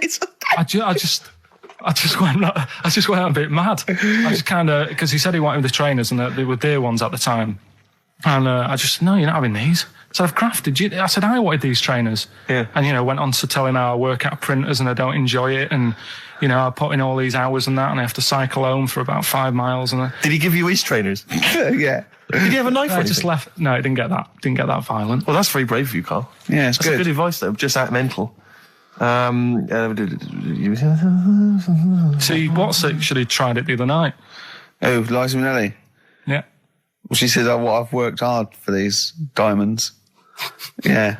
Not easy being the daughter of Judy Garland. You don't know what it's like. You know a lot about paying bills and writing out checks. Don't you? Tell us about Kellogg's. What was it like? What was in the factory? Was it just like squashing bits of corn? Pretty boring, really. Just loads of conveyor belts, boxes of cornflakes everywhere. Just what you imagine. Yeah. So is it more, this is where you might be working? This is where you're likely to work? Possibly. There was 2 trips. There was that and the trip to Manchester Evening News. Okay. And I left that early because I had a job in Cordon Bleu. In Kellogg's? Cordon Bleu, what's that? It's like a supermarket. Yeah? And I had to leave the trip early, and the teacher went mad saying they'd thought I'd got lost on the, in the building and stuff. What, you didn't tell anyone? No, because it was like day 2 of working in this supermarket, and I couldn't be late. I thought by the time I explain where I've got to go and everything, I'll be even later. Sure. So I just left, and then apparently they were searching the building and everything for me. Oh, were you? Stuck in a printer. Don't know. Stuck in a printer? I don't know. What was the printer's name? You worked at a supermarket called Cordon Bleu. Yeah. Cordon Bleu! Brilliant. That's great, isn't it? It's rubbish. Oh. Got sacked. What did you get sacked for? Messing about in a back in the car park round the back. Yeah. Right, there was a grid, and all the concrete had gone funny. So when it rains, you got like a big lake. Oh yeah. Right. And I got in. Do you know those big metal trolleys you get to like put all the food in? Oh yeah. And I got in one of them and pushed myself out into this lake of cement. No, water. Full of water because it'd been raining. Right. And I got stuck in the middle, right? And the boss was like, "Where's Karl? He's meant to be doing, facing up the beans." And I was like, and you were stranded in a lake. So someone said, "Oh, I saw him messing about out the back." He came out and saw me stuck in the middle of this lake in a trolley, and he said, "Get back in." I said, "Would you say no? I'm filming sharks." I said, "It's too deep. I can't get out. You'll have to pass me something." And he said, "I'm not passing you nothing." He said, "You can get out of there and walk through it." I said, "I'm not. I've got my trainers on, probably the same ones." Yeah, you've risked your life for them. Yeah. I said, "I'm not getting these wet." He said, "What are you going to do?" I said, "I'm going to wait for the water to go down the grid." He said, "The grid's blocked. Now get out or you're sacked." I said, "Well, I'm not getting out." He said, "Right." Rockbusters springs to mind. Yeah. 15 Taiwan. 15 Taiwan. Let's just remind people what 15 Taiwan was. It was a little feature that I wanted to give a run, give it a little run, see if people like it. The premise being? No, there's no premise, it's just a title. No, we were going to get 15 sort of ornaments, you'd explain them, and then people would call up and say, that one's from Taiwan. See, God, you just explained why I didn't think that was a good idea. Yeah, by explaining the good... No, the funny thing is, Steve, right, I was walking down Regent Street on Monday, walked past one of these big stores, right, and they've got all famous quotes on the windows, right, and one of them was something like, "An absurd idea is often a great idea." Yeah. Do you know who said that? Go on. Einstein. Yes. Which made me wonder If you were his mate, would he ever have done E = MC squared? Or would you have said, don't bother with that, it's not going to work? Because that's all you seem to do. Everything I come up with, you put down. Yeah. Well, that's one thing. He's negative, right? I don't know why. I don't know why he is. What else? He messes me about. I get him concert tickets for stuff, and you say, I didn't bother going. Yeah. That is annoying. You come in, with, 5 minutes to go with tracks that need editing. Yeah. The little bag, that bag that was free. Yeah, you got a free bag today, an XFM little rucksack thing. Yeah. You were like, oh, what's this? What's this rubbish? Yeah. Ricky said, I'll have it. They're great. He said, no, I want it. Yeah. Well, it was free. I need it. I'll give that as a gift or something. So, I mean, I think on reflection, Steve is probably a little bit more annoying than me. I won't go that far. You are annoying. If I had to go away for a week somewhere, if it was a quiet place... Well, you are again, aren't you? That's 2 holidays you had this year, I mean. If it was a busy place, I'd probably go with you, because people, do you know what I mean, staring at me all the time and that if I'm walking around with Steve. No, I'm just... Can I draw up a list of reasons I don't like you, Carl? Just being honest. What? I'll tell you, because the list of reasons I don't like you is incredibly long and getting longer. Just saying. Do you want another slap? Look at his face. It was really light, right? We've had the parrot, right? These are things that I found the parrot. Right, I've told you about the dog in the car wash. Right, you didn't tell me about that. You said there's a car wash for a dog. That's all you told me. Yeah, the but parrot, you said there's a parrot. What? It's a problem at funerals. Yeah. That's nothing. That's nothing. Do you understand? And they used to eat cats. what else have we got? There's an elephant in India with sore feet. Why? There's an elephant in India with sore feet. No, I'm interested. Why? Tap dancing? Why? See, I didn't write that He's much trying about to it. break Roy Castle's record. He's still going. Go on, what is it? Think. It's an elephant, and it was really old. It was about 76. Right. And it had sore feet, because it's old, and They don't make stair and lifts that big, do they? roads are bad and that. Yeah, go on. So they said, what are we going to do? And the town was like, oh, we're used to seeing it around, it's part of the thing, we don't want it to have sore feet. Yeah. So they got some slippers made for it. And it had like a picture of the elephant looking happy wearing some slippers. I love him! I love Karl, his world! Think of it, where did you see this picture? That was on the internet. Right. That's a lesson, though, for any elephants listening. Don't wear stilettos to work every day, because it can do your feet in. So that it's don't elephants have really bad memories? No, they have really good memories. Oh, do they? Yeah. Oh, well, that's good then. No, I just thought they'd forget where they put them. I thought there was something about elephants having bad memories and that. It goes on, where's my slippers? Yeah. I'm sure I left them by the test. So, sorry, there's an elephant walking around wearing slippers? Yeah, that's in What India. kind of slippers? Those sort of old man ones with the sort of check. Well, round ones, I imagine. Yeah. Big round ones. There was that going on. And is it happening? Is it happier? I mean, does it feel more satisfying? It looked it. Did it look? How can you tell the elephants, please? What else is there? There was a woman who's had a breast insured for 150 grand. Right. Okay. Any more information there? What? Third-party fire and theft? Don't know, it had a picture of her with them, out. I just thought, he should get them covered. Oh. He's done another real joke! Brilliant, that's a proper joke. He's done, look at his little face, he smiles. I'd like to see you on one of the sort of TV panel games. If they could bring back sort of celebrity squares, he'd be amazing as the centre square. Oh, that would be incredible. Or on that countdown in Dictionary Corner. I imagine him in Dictionary Corner. I'd come up with cat. If that helps at all. Yeah. Memblant. Yeah, what does that mean, Karl? Just anything you want it to mean. What I've got, there's a dog that's got a cough in Singapore because it smokes 20 a day. Right, okay, another one. No, it's the last one, and it's we'll save it. The last one we've got is why don't. That's Feeder and Come Back Around. It's a new leaf, Steve. I'm going to do properly now. I'm not going to be slovenly. I'm sitting up straight, you see. Yep. And it's going to be a proper DJing, because I think coming up soon, some great tracks, including a new one from Abs and an old one from Snow. Informer. You know me, don't be stormy, eka boom, a licky boom boom down. I'm joking, of course. We've got some fantastic tracks. There's some great chat, and we've got Karl with some me, great Steve. Chat. Steve, I'm Ricky Gervais on XFM 104.9. There he is indeed, with him, Steve Merchant. And Karl Pilkington, of course. Say hello, Karl. All right. Yeah, nice. And you say you read... The beginning of a radio show is very much your wares, your shop window, laying out your stall. I don't think you could choose a better track than The Only Ones, Another Girl on the Planet. I'd love to hear it. One of my favourite intros, that. Amazing. Oh, that was dangerous, because I once heard on Capital Radio, this has got to be the greatest rock intro of all time. And they played Money for Nothing by Dire Straits. Brilliant. Yeah, I can just imagine them putting their head down. I remember a friend of mine, when I was at school, he just bought a car, and he took me outside to show off the stereo system, Money for Nothing. He just played that. I've never heard the song before.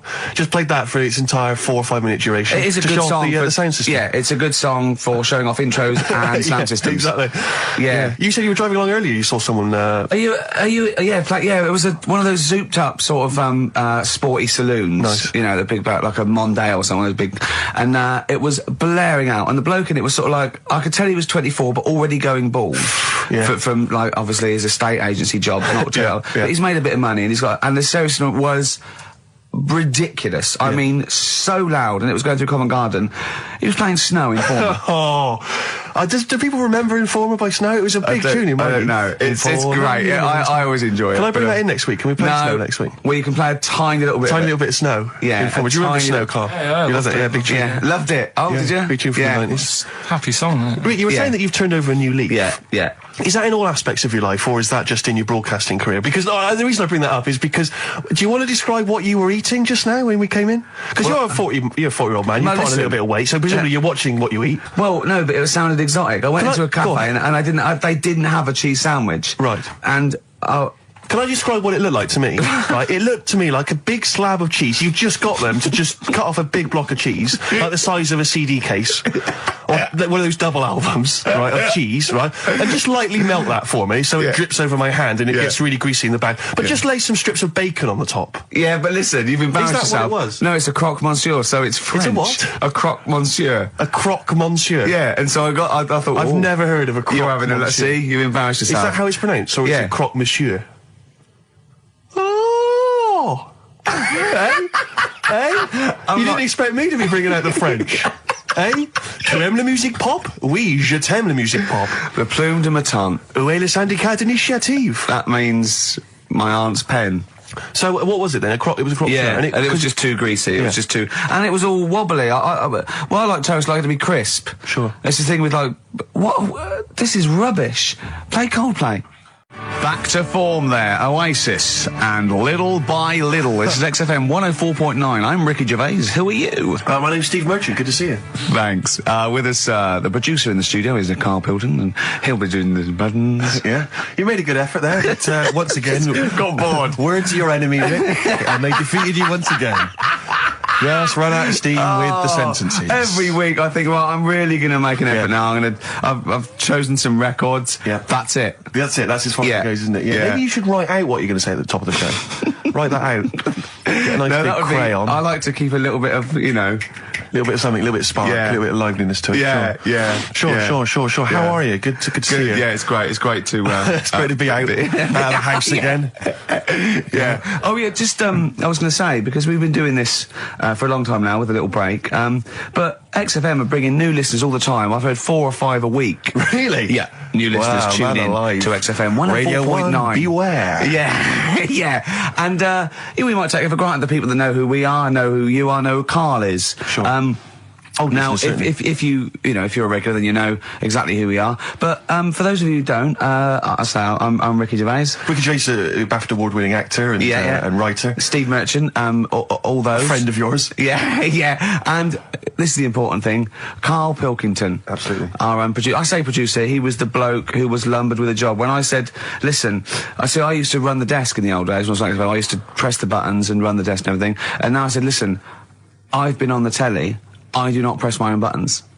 And Karl said, well, I don't really work weekends. And they went, well, you do if you want to keep your job. Absolutely. And we were lumbered with him. And then we discovered that he's not just a little dork, a little manky sort of idiot. Sure. He's got nice shirt. He's got, you know what I mean? He's got something else. Absolutely. He's got He brings another dimension, Yeah. And, he started having a little chat, and we discovered that he had quite a lot to say. Well, I think you're absolutely right, and I think I was wondering we should maybe play another tune, but after that, I just think we should re-familiarise our radio audience with Karl, and any new listeners, just somehow going to let them get to know the real Karl again. Well, if you are new, you'll find that we like some old songs, some new songs, some chit-chat. We get serious sometimes, there's some tears and some laughter. Yeah. We kicked off with Oasis' new one, Little by Little. We're going to go back in time now to Iggy Pop and his Stooges with I'm Bored. Coldplay and In My Place on XFM 104.9. The Girl in My Head by Elvis Costello and Burt Bacharach on this final XFM show. Ricky Gervais, Steve Merchant, Karl Pilkington. Well, we nearly got to wrap it up. I think we've got to do the Rockbusters winner and give someone those lovely prizes. Monkey News, then we're out of here. We'll maybe come back, maybe do some Christmas specials. I don't want to make any promises. Right then, First one was Richard's kids. He cuts hair for a living. Yeah, what's that? That was, well, try and work it out. No, there's no point. Dick's son, he was a barber. Barbara Dixon, right? Doesn't work. Dixon, well, again... Barbara Dixon. Right, Her name wasn't Barbara Dixon, was it? So, that's that one. Did Ronnie Corbett ever say, ladies and gentlemen, Miss Barbara Dixon? The second one... Never did, did he? He never did. I have a problem saying the French word for well. What's the French word for well? Bon, isn't it? That's good. What? No, that's good, though. Bell? Well, no, what? Isn't it bien? Yeah. Yeah, all right. I have a problem saying it, so I can't say it. I can't say bien. I can't say bien. Can't say Kasabian, right? So they managed to work that one out. That's say, one of your worst. That can't say bien. Can't say bien. Can't say bien. It's not. And the last one. Work. That's terrible. 8 kebabs, 2 kebabs, plus 57 kebabs times 27 kebabs. This fella is struggling working it out. What's the answer there? DS, right? A Donna sum. Right, so he's struggling working it out. It's a Donna sum, right? So they got that right as well. So what was the answer? Donna Summer. Donna Summer. Yeah, Donna Summer. So just pick one. Went out on a high then. Steve, just pick one. We went out on a high. That was shocking. What about let's have a look. There's well, it's the first one to get all three. Steve, what's the first one with all three? Well, there's so many here. Yeah, but it's just the first one that came through in time-wise. Probably that one. No, I don't like Rob because he's been slagging us off. In fact, no, let's give it to Rob. If he's the first. No, to be honest with you, Rob's been slagging us off, but at least he knows. I mean, at least he's got some taste. Yeah. You know. Yeah. Well, if he was the first, then Rob's the winner. Well, give Rob. He gets a Ladder 49 and a bunch of other DVDs. But that means he goes straight into the hat. Putting him in there now. I'm just going to write his name now. I'm going to throw that straight in the hat. I can imagine that. No one, even the people who've entered, are that excited. Not because the prizes aren't great, but I'm worried that they don't appreciate it, Rick. Do you know, I get the feeling that our listeners, they just don't appreciate the fact that we've gone to all this trouble. We've got the Homer Simpson drawing and things like that. I just feel like these people don't deserve it. Do you know what? It's weird. I just wish we had a better quality of listener. Like, people who listen to Radio 2, they deserve it. You know, they're elderly and infirm, some of them. It would really cheer them up. But our lot, you know, drug addicts. Yeah, let me pick it out. Truck drivers. So I've just put all the names in the hat, all the previous winners from the previous weeks, and is this Pilky gonna put it out? Do you want Pilky or do you want Ricky? Oh well, let's have the shaved monkey do it. All right, plunge your hand in there. It's just that's one, isn't it? That's it. Just pull that one out. Check who it is. Right, it's Gavin Thompson in Edinburgh. Well done, Gav. Are we going to get them up there? That's not his problem. You got to post them. You got to pay them. They're amazing prizes. Yeah, but the Spinal Tap one, it's about 5 foot, isn't it? Well, they can post it. It'll cost them a few quid. It's a radio station. I think he should have to come and collect it. No, just because then it'll at least it'll prove that Where's he's he interested. from? Edinburgh. Give it to Bob Geldof. I'll give it to Bob Geldof. He's walking up there. So he can jog it. XFM. Chewing breaks. Fishing for a dream. That's what we're fishing for, isn't it? We're fishing for a dream today. What's that mean? Poverty. I don't know what I was talking about. It doesn't matter what you're saying, Rick. No one's listening. No one's listening. Well, we've got to finish anyway. Think about the fact that think how small our percentage of listeners is anyway. And then you two are on stage at the moment. This is like broadcasting during Christmas dinner. This is the same. It's just on hospital radio. Yeah. Yeah, exactly. Where everyone's got an iPod for Christmas. Yeah. On the ward. yeah. Well, we've just got. We're going to go through. We're going to go through now till 5:30, and I've got to rush off. I'm afraid to Live 8. Don't apologise, mate. When people see the glam that you're bringing to that event, they don't even care about the people introducing it. Comedians going, ladies and gentlemen, just get on with it. No, I agree. No, I've got a good joint here. 2 blokes will get on with it. Bring on Madonna. But we're going to give it to them, Karl. We're going to go through to the end. We've done everything we have to do. So I wanted to ask you something. You know, but again, we've got to be careful here. You know when you wouldn't leave the building that was on fire because you were standing proud. Hang on, we need this. Some people now don't know what you're talking about. Karl, you were on holiday. Yeah. On holiday in Tenerife, right? Yeah. You'd had a moment of intimacy with your girlfriend. Yeah. A knock on the door. You had to stop and get up. You peeked around the door. It was a fireman saying, get out. But you didn't want to leave because you had a... Yeah. Yeah. It was a little... Yeah. But what I don't understand is you maintained that while looking at a Spanish man dressed as a fireman. Yeah. Is that true? Is that the fact? You maintained... I'm sorry to say, you maintained arousal whilst looking at a gentleman dressed as a fireman. No, these are the facts, and they are undisputed, right? Did you maintain... I'm not a machine, though. Do you know what I mean? I can't turn it on, turn it off. Right? But you were talking... I just thought, talking to a fireman, you'd have probably lost it. I don't know, but you didn't. No, but the other thing was, I mean, I was talking to Suzanne about it again, right? Yeah. She said, what are you talking about that for? Right? I said, it just cropped up, right? Yeah. And the dilemma was, you see, I wanted to try and make sure that it was a proper fire because that was the last condom we had, right? So it would have ruined the night. So I didn't want to it was like, well, what's going on? Is it, do we need to get out? Yeah. Is it a proper fire? Yeah. And you, and talking to this man in uniform, what did he look like? Was he good looking?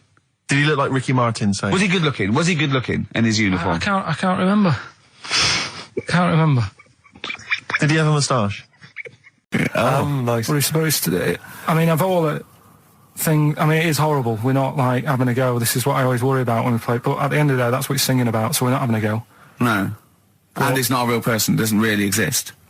I say again, it's a fictional person playing pinball and always getting a replay. Okay? This fella's saying that he's good at pinball. He's played from Surrey to Bromley, but there's this little deaf and blind kid. He can't believe it. He cannot believe it.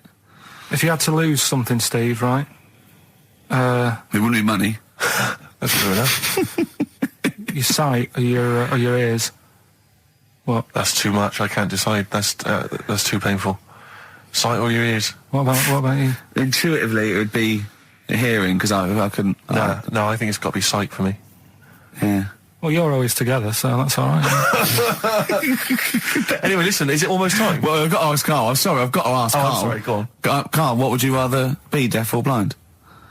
When does this question ever really come up? When the doctor goes, well, listen, you've got we can operate, we can either lose your eyes or your ears. It's up for you. This is never a decision that has to be made by anyone ever in life. But go on then, would you rather be blind or deaf? It depends where you live. So. I'm not even sure these are PC terms, blind and deaf, anymore. Would you rather use your sense of sight or sight of hearing? Depends where you live. What do you mean it depends where you live? Well, say if you lived in, a barren sort of, Africa or whatever, right? Naught to see, right? Sure. So, you could lose your sight. Sure. But if you lived in a woman's locker room... Well, if you lived in... Quite noisy. Yeah, it's quite noisy. Stop banging that door. Yeah, I'll have my sight, lose my hearing. But if you live in, New York, loads to see, but a little bit noisy. Sure. So... Perfect. That is a brilliant answer. Unbelievable, once again. Go on, tell you, we cut short last week, weren't we? You had an amazing story about Neil Armstrong, didn't you? Well, we've been doing quotes, haven't we? Famous quotes. Sure. I've, gone down in history. Yeah. And I was saying, quotes don't really matter. It's more the situation that you're in than the quote itself. Go on. So, Neil Armstrong, if he'd have said, what... tie bacon round your head. I'm as happy as a pig in dust. That would have still gone down in history as like being the thing that Neil Armstrong said, wouldn't it? Yeah. Yeah.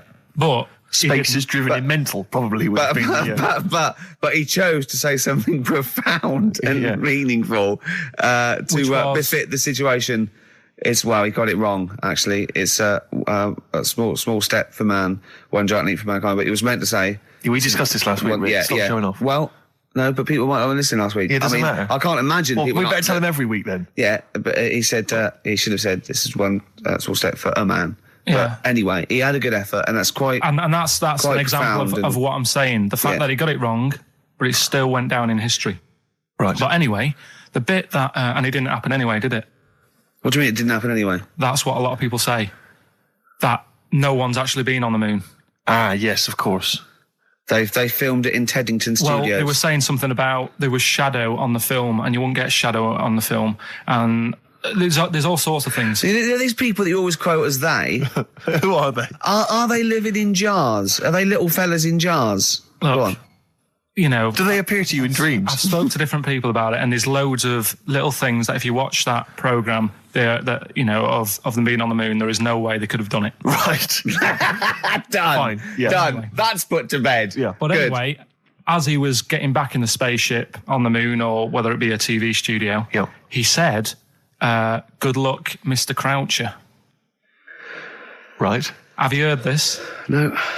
And the reason he said that was because when he was a young kid, and he was, I think it was Croucher, but when he was playing as a young kid in his garden, he was playing baseball with his mate, and he chucked the ball to his mate, and his mate hit the ball, and the ball went over the fence to the next door neighbour. Right, so he goes, right, I'll just nip over and get the ball. And as he was getting the ball, the window was open to his neighbour's house. And he heard, like, the woman shouting at her husband saying, I'm not going to be giving you a bit rude, so if you've got a kid in the car or whatever, turn it down. What, yeah, that's covered that, yeah. Right. Genius. I'm not, no matter how many times you ask me, I'm not going to be giving you oral sex. The day I do that, man would have walked on the moon. Right, yeah. He grows up, he gets on the moon, and he remembers all that story, and as he gets back in the spaceship, he says, good luck, Mr. Croucher.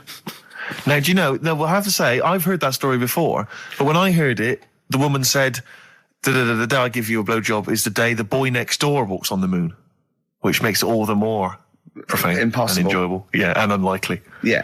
But yeah, no, I've heard the same story, Karl. Yeah. Look how pleased he is. I love that. Right, so not only have you remembered that anecdote, which may or may not be true, but of course you've also proven that... The day I give you a blowjob, that kid in the garden's probably going to walk on the moon and say something about giant leaps. Exactly. But, you must have heard the thing that it never actually happened. Yes, we've all heard it. We've all dismissed it as nonsense. And moved on. Yeah. And got on with our life. Right, Karl. Remember the cheeky freak of the week that we were talking about? That illness where people age quicker? The 5-year-old girl that was older than her mum, and he said to you, what, if you ran off like you wouldn't serve her fags and beer? And you went, no. He went, why not? And you went, because it's a 5-year-old. Yeah. Right? He went, oh, she's got enough problems. Give her some fags. Yes. You remember that, don't you? Sure. Yeah, right. So another dilemma for you, right? Picture this. You're running a restaurant, right? Door goes, right? Few people. Most of them look normal. You notice the woman at the back, crawling on all fours. Top half is woman, right? This is real. Yes. This isn't like a comic or anything. This is on, on the internet. I've seen it. They're called dog people, and her legs just come straight down. They're like little twin legs at the back, and so they walk on all fours because it's easier. Dog people, right? Yeah. Not dog people. They're human beings with deformed back legs, so they walk. It's easier for them to get around like that because they can't stand up because they can't stabilise, and also it comes straight out of their hips. Right. So you're running a restaurant, it's a busy night, you haven't really got time for any hassle. She comes in. Would you serve her? The premise being what? That he doesn't serve dogs? Because the restaurants don't allow animals in. Right. So it's a dilemma. It's not a dilemma. Right. She's not a dog. She's a human being. Yeah, I put a plate of meatballs on the floor, and she tucks in, and a little glass of, a little bowl of wine next to it. He turns round. There's the woman older than. Get away from that plant.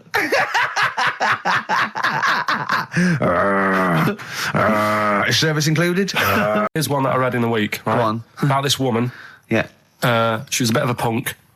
And to get her hair done like she wanted it. Super glue? Right, no. She got lard. Apparently it's a popular thing, you might know. Put lard on your head. Yeah. And you put it in the oven. Oh. Now, apparently the heat that you get from the oven is different from the sort of heat you get from an hairdryer, right? And she had to do that to get the style that she wanted.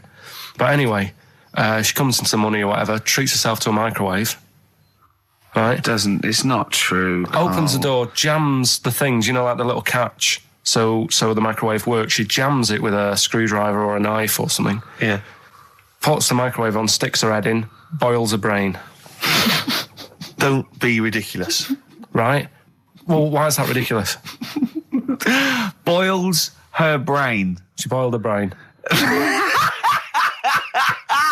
She boiled her brain. And this is what's good about the internet. I went straight from that, and there was a subject about brains. And do you know that Russell Crowe, when he dies, is giving his brain to charity or something, some sort of some people who can do stuff with it. She gave hers to Pot Noodle. Vesta. Yeah. Oh, That's boiling the a sort of skull. Yeah. It's not true. It's not true, Karl. It's the same as the woman who put her poodle in the microwave, isn't it? And all It's that. just urban myths. They're urban myths. But again, where does it start? Someone made it up. Yeah. For a laugh. They're just too convenient urban myths. Everyone's you can tell an urban myth's not true because it's always this happened to a mate of mine, and when you say what happened then, they go, don't know, that was it. Was it?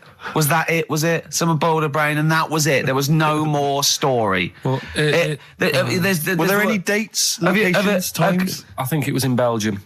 There's that one that a bloke, right, was going to get a phone call at 4 o'clock to find out if his business was, okay, right? And if he didn't get the phone call, he knew he was broke, destitute. So dead on 4 o'clock, the phone didn't ring, so he went up to the roof, his office, and he jumped off to commit suicide. And as he was passing his window, the phone was ringing. Oh, no. Karl, it didn't happen. Didn't happen. Think it through. Think it through. Who told that story? Who told that story? As he hit the pavement at 120 miles an hour. He's the only person who could have known that series of incidents. Also, why didn't he wait? Dead. As his life's at stake, why didn't he wait till 5 past? I'm going to give it 5 minutes just in case. Just in case the lines are busy. Yeah. And what sort of bloke goes out, I'll call you at 4, okay, if your business... Well, call me anyway. No. If I don't call exactly 4, then, you commit suicide. Commit suicide. I would, because if I don't call at 4, that's the end of it. Well, call me anyway. No, that's not the way I work. Why can't you just call me and tell me the other way? Well, I'm telling you how I do it. If you're bust, I don't call. Can't you just call to verify in case something goes wrong? What if it's engaged? If you want to be engaged, just commit suicide at 4, please. It didn't happen, Karl. And I remember smashing a car window by accident and legging it in the lounge and sort of pretending to go asleep on the settee. Right? Genius. And I heard a knock at the door. Chloroformed himself, just to be unconscious when his dad came home. And there was a knock on the door, and I thought, oh, God, this is a fella who saw me. I was chucking a stone in the air, seeing how high I could throw it. Of course you were. Did it keep landing on your head? That would explain a lot. And it came down. Chucking a stone in the air, love I it. can see how far I could throw Brilliant. it. So, I wasn't bothering anyone. Did you invent that game? Right? Did you get the stone for your birthday? Go and play with your stone. He gave one to Suzanne. Karl, go and play with your stone. The thing is, right, and it came down at a funny angle, and Of course it did. It ate the back of this car, and the back window is the most expensive because it has that heating thing in it, in case you got a frosty window. Yeah. So I thought, oh God. So I legged it in, got on the settee, went to sleep, knocked at the door. Genius. It's a brilliant plan. It's a brilliant plan. I couldn't be guilty. I'm asleep. So I love the idea. So the thing is, our lounge used to sort of, you could see in from the door, right? So this family who saw me do it, saw me asleep on the settee, and my mum said, go and get the door. And I sort of went, oh, as if I'd been asleep. Yeah. And went to the door, like, rubbing my eyes. And the fella said, what did you run off for? I saw you. I was like, oh, no. And I didn't see my dad. I went out. It was when he was working sort of evenings. So I went out so I didn't have to see my dad. And then the next day I came home from school, and my dad said, 45 quid. Ooh. That's all he said when he looked at me. And then you fell asleep when he went, wake up. You know what I said? No, 45 quid. Now, the thing Karl. is, he didn't have to do anything. £45, Karl. Now, I know you were saving up for a brick, but you can't have it. Yeah. But do you know what I mean? It's like, I knew I did wrong, and I was scared that my dad was going to belt me. Yeah. So I was like, I'll be more careful next time. But that was clearly good parenting on the part of your father, because these young tykes, clearly they don't have the what do you do? The father support. I don't know if you were living in that street, very quickly, what would you do? What would your approach be? If you were living in his street? What if they'd come home, right, and they just vandalised all your pebbles, right, that you've been saving over the years, and just threw your gravel away? What would you do if they just... I'd probably clout one of them. So you'd use violence? I think it's the only way sometimes. Sometimes the only way. And I don't mean, really bad, but I'd show them that I'm not putting up with this. Right. And then the problem is you've got their family coming round and they're probably quite... Go to sleep. If you hit a kid and the dad comes down, just go to sleep. Yeah. Just... equally, if you're doing a bigger crime, a bank job or a murder... Remember to take the stocking off your head, because if they wake you up and go, why have you got a stocking on your head? Just go, I had a weird dream. It won't work. It's like with our kid, right? He was... I told Ricky about this the other day in the pub, but... Is this your brother? He never, because he was a terror, wasn't he? Well, yeah, a little bit, but he did drive a tank down the high street once, didn't he? Yeah, that's when he was in the army. But another story. But this time, I remember my mum and dad were going out right for the evening, and I must have been about 5, so our Mark was like probably 18, something like that, 16, 17, 18. So my mum and dad go out, and our Mark says to me, right, here's a deal, do your little deal. I'm going to have a load of women round. Right? Deal is, I'll let you have your tractor in the house. Wow, he had a tank, you had a tractor.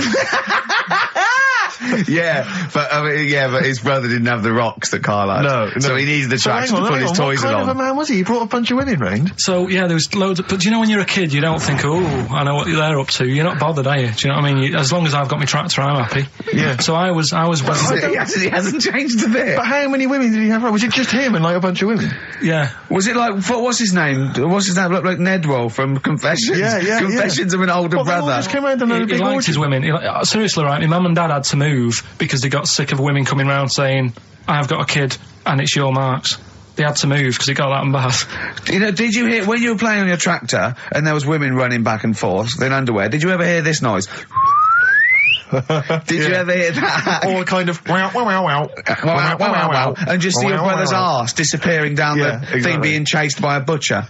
What? That's not, it's not, what do you mean? No. When a woman has a knob put on. Yeah. To have a sex change, where do they get it from? Is it constructed? Do they find, I don't know. From a donor. A donut? From a donor. Oh, well, yeah. A donor? A donor, yeah. Yeah, but presumably it's like... Maybe there's someone who wants after they're dead, I mean. No, I thought very few people, it's not like giving someone a kidney and then sort of celebrating with them. Maybe if you're a guy and you want to become a woman, you've got one to spare. That's true. Yeah. Well, a swap. Yeah, just do a little swap, probably on the internet or something. Or Noel Edmonds. What do you mean? On Swap Shop. He's not a man. No, but he could go, we got a fella here who, got a lovely, nearly new, unused penis. Keith Chegwin out in kind of Bognor Regis. Wants a couple of tits and a fanny for that, so, call in. It reminds me of the, do you remember the John Wayne Bobbitt story? Which it's always seemed odd to me. I never really kind of got all the information. Do you remember that one, Karl, where the woman cut off her husband's penis because when he was sleeping? I think he was sleeping and she drove off. I think he woke up quite quickly. That's so much better than the alarm clock. Yeah. And she threw it out of the car into the woods, and he went and found it. Yeah. But imagine if he'd got to the hospital and they'd sewn it back on, and he'd gone, that's bigger than I remember. I'm not sure this is mine. How many of you got us where we dump all the knobs? We dump all the knobs out there. Yeah. That was an extraordinary story. And then, bizarrely, he became a porn star. Yeah. Yeah. Very strange life that man's had. Well, it is a bit of a shock to the system, isn't it? Oh, cutting your knob off. I know. Do you remember that French bloke, the performance artist of about 1910? Do you remember him? No. He, as a performance art, he cut in a theatre, he cut his knob off to a crowd of people. Now, what? That's only a one-night trick, though, isn't it? Exactly. Yeah. But what if there had been a bang outside? They went encore. He went, what? Yeah. Or they looked outside because a car backfired. He went, did you see that? I go, what? I go, just cut the... Did you? Yeah. Think of that. Sacre bleu. I know. French are funny, aren't they? Going in that for your art. I think we've discussed the news before. I don't understand the impulse at all. I do find it bizarre. I mean, there's a picture there of 3 men nude in a pub. Yeah. Just having a chat. Yeah. Just having a chat. Oh, look at Karl. Carry him But around what's those pictures. I mean, okay, fair enough walking around outside, but indoors? In a pub? Nude? Well, it must be a nudist Hop on a pair pub. of shorts. That must be a nudist holiday, I assume. As opposed to, like, the local. There is, though, isn't there? There was a thing in Bazaar magazine the other week where there was a picture of some people. They've got an airline of their own now. What, nudists? Nudes. Nude airline? So you can get on there. And your holiday starts as soon as you get on. Sure. And, but what's the point? Well, I'd be worried just about banging against things. You know. So to speak. Yeah, my shoes and things. Or spilling when the waitress comes along. The air might she spill hot coffee? Yeah, it's a good point. Does she have to be nude? Do the stewardesses have to be nude? I don't know. But that bit as well, where they walk down the aisle and they have to check if you've buckled up. Yeah. She's like, excuse me, miss, can you just... And over 50s, it's always over 50s. Right, yeah. So it'd be an old woman on the plane. Yeah, yeah. It'd be like, can you just lift your left hip up so I can see the belt? Yeah. Yeah. Oh, God! Yeah. Oh, Imagine dear. if you've got to go into the crash position. Oh, God, yeah. You know? The last thing you see is your John Thomas. John Thomas.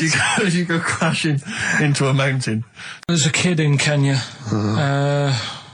He was messing about with some beans. Magic. We guessed that as well. You did, yeah. He's fed up because we've guessed his puns, I think. He put one of them in his ear. Yeah. The mum or the dad said, oh, what have you done that for, or whatever. Yeah. So I'll have to take you to the doctors now.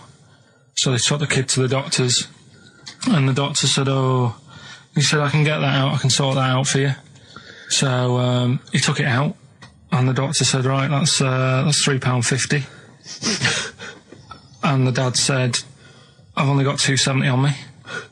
And the doctor said, right, well, and he put the bean back in his kid's ear.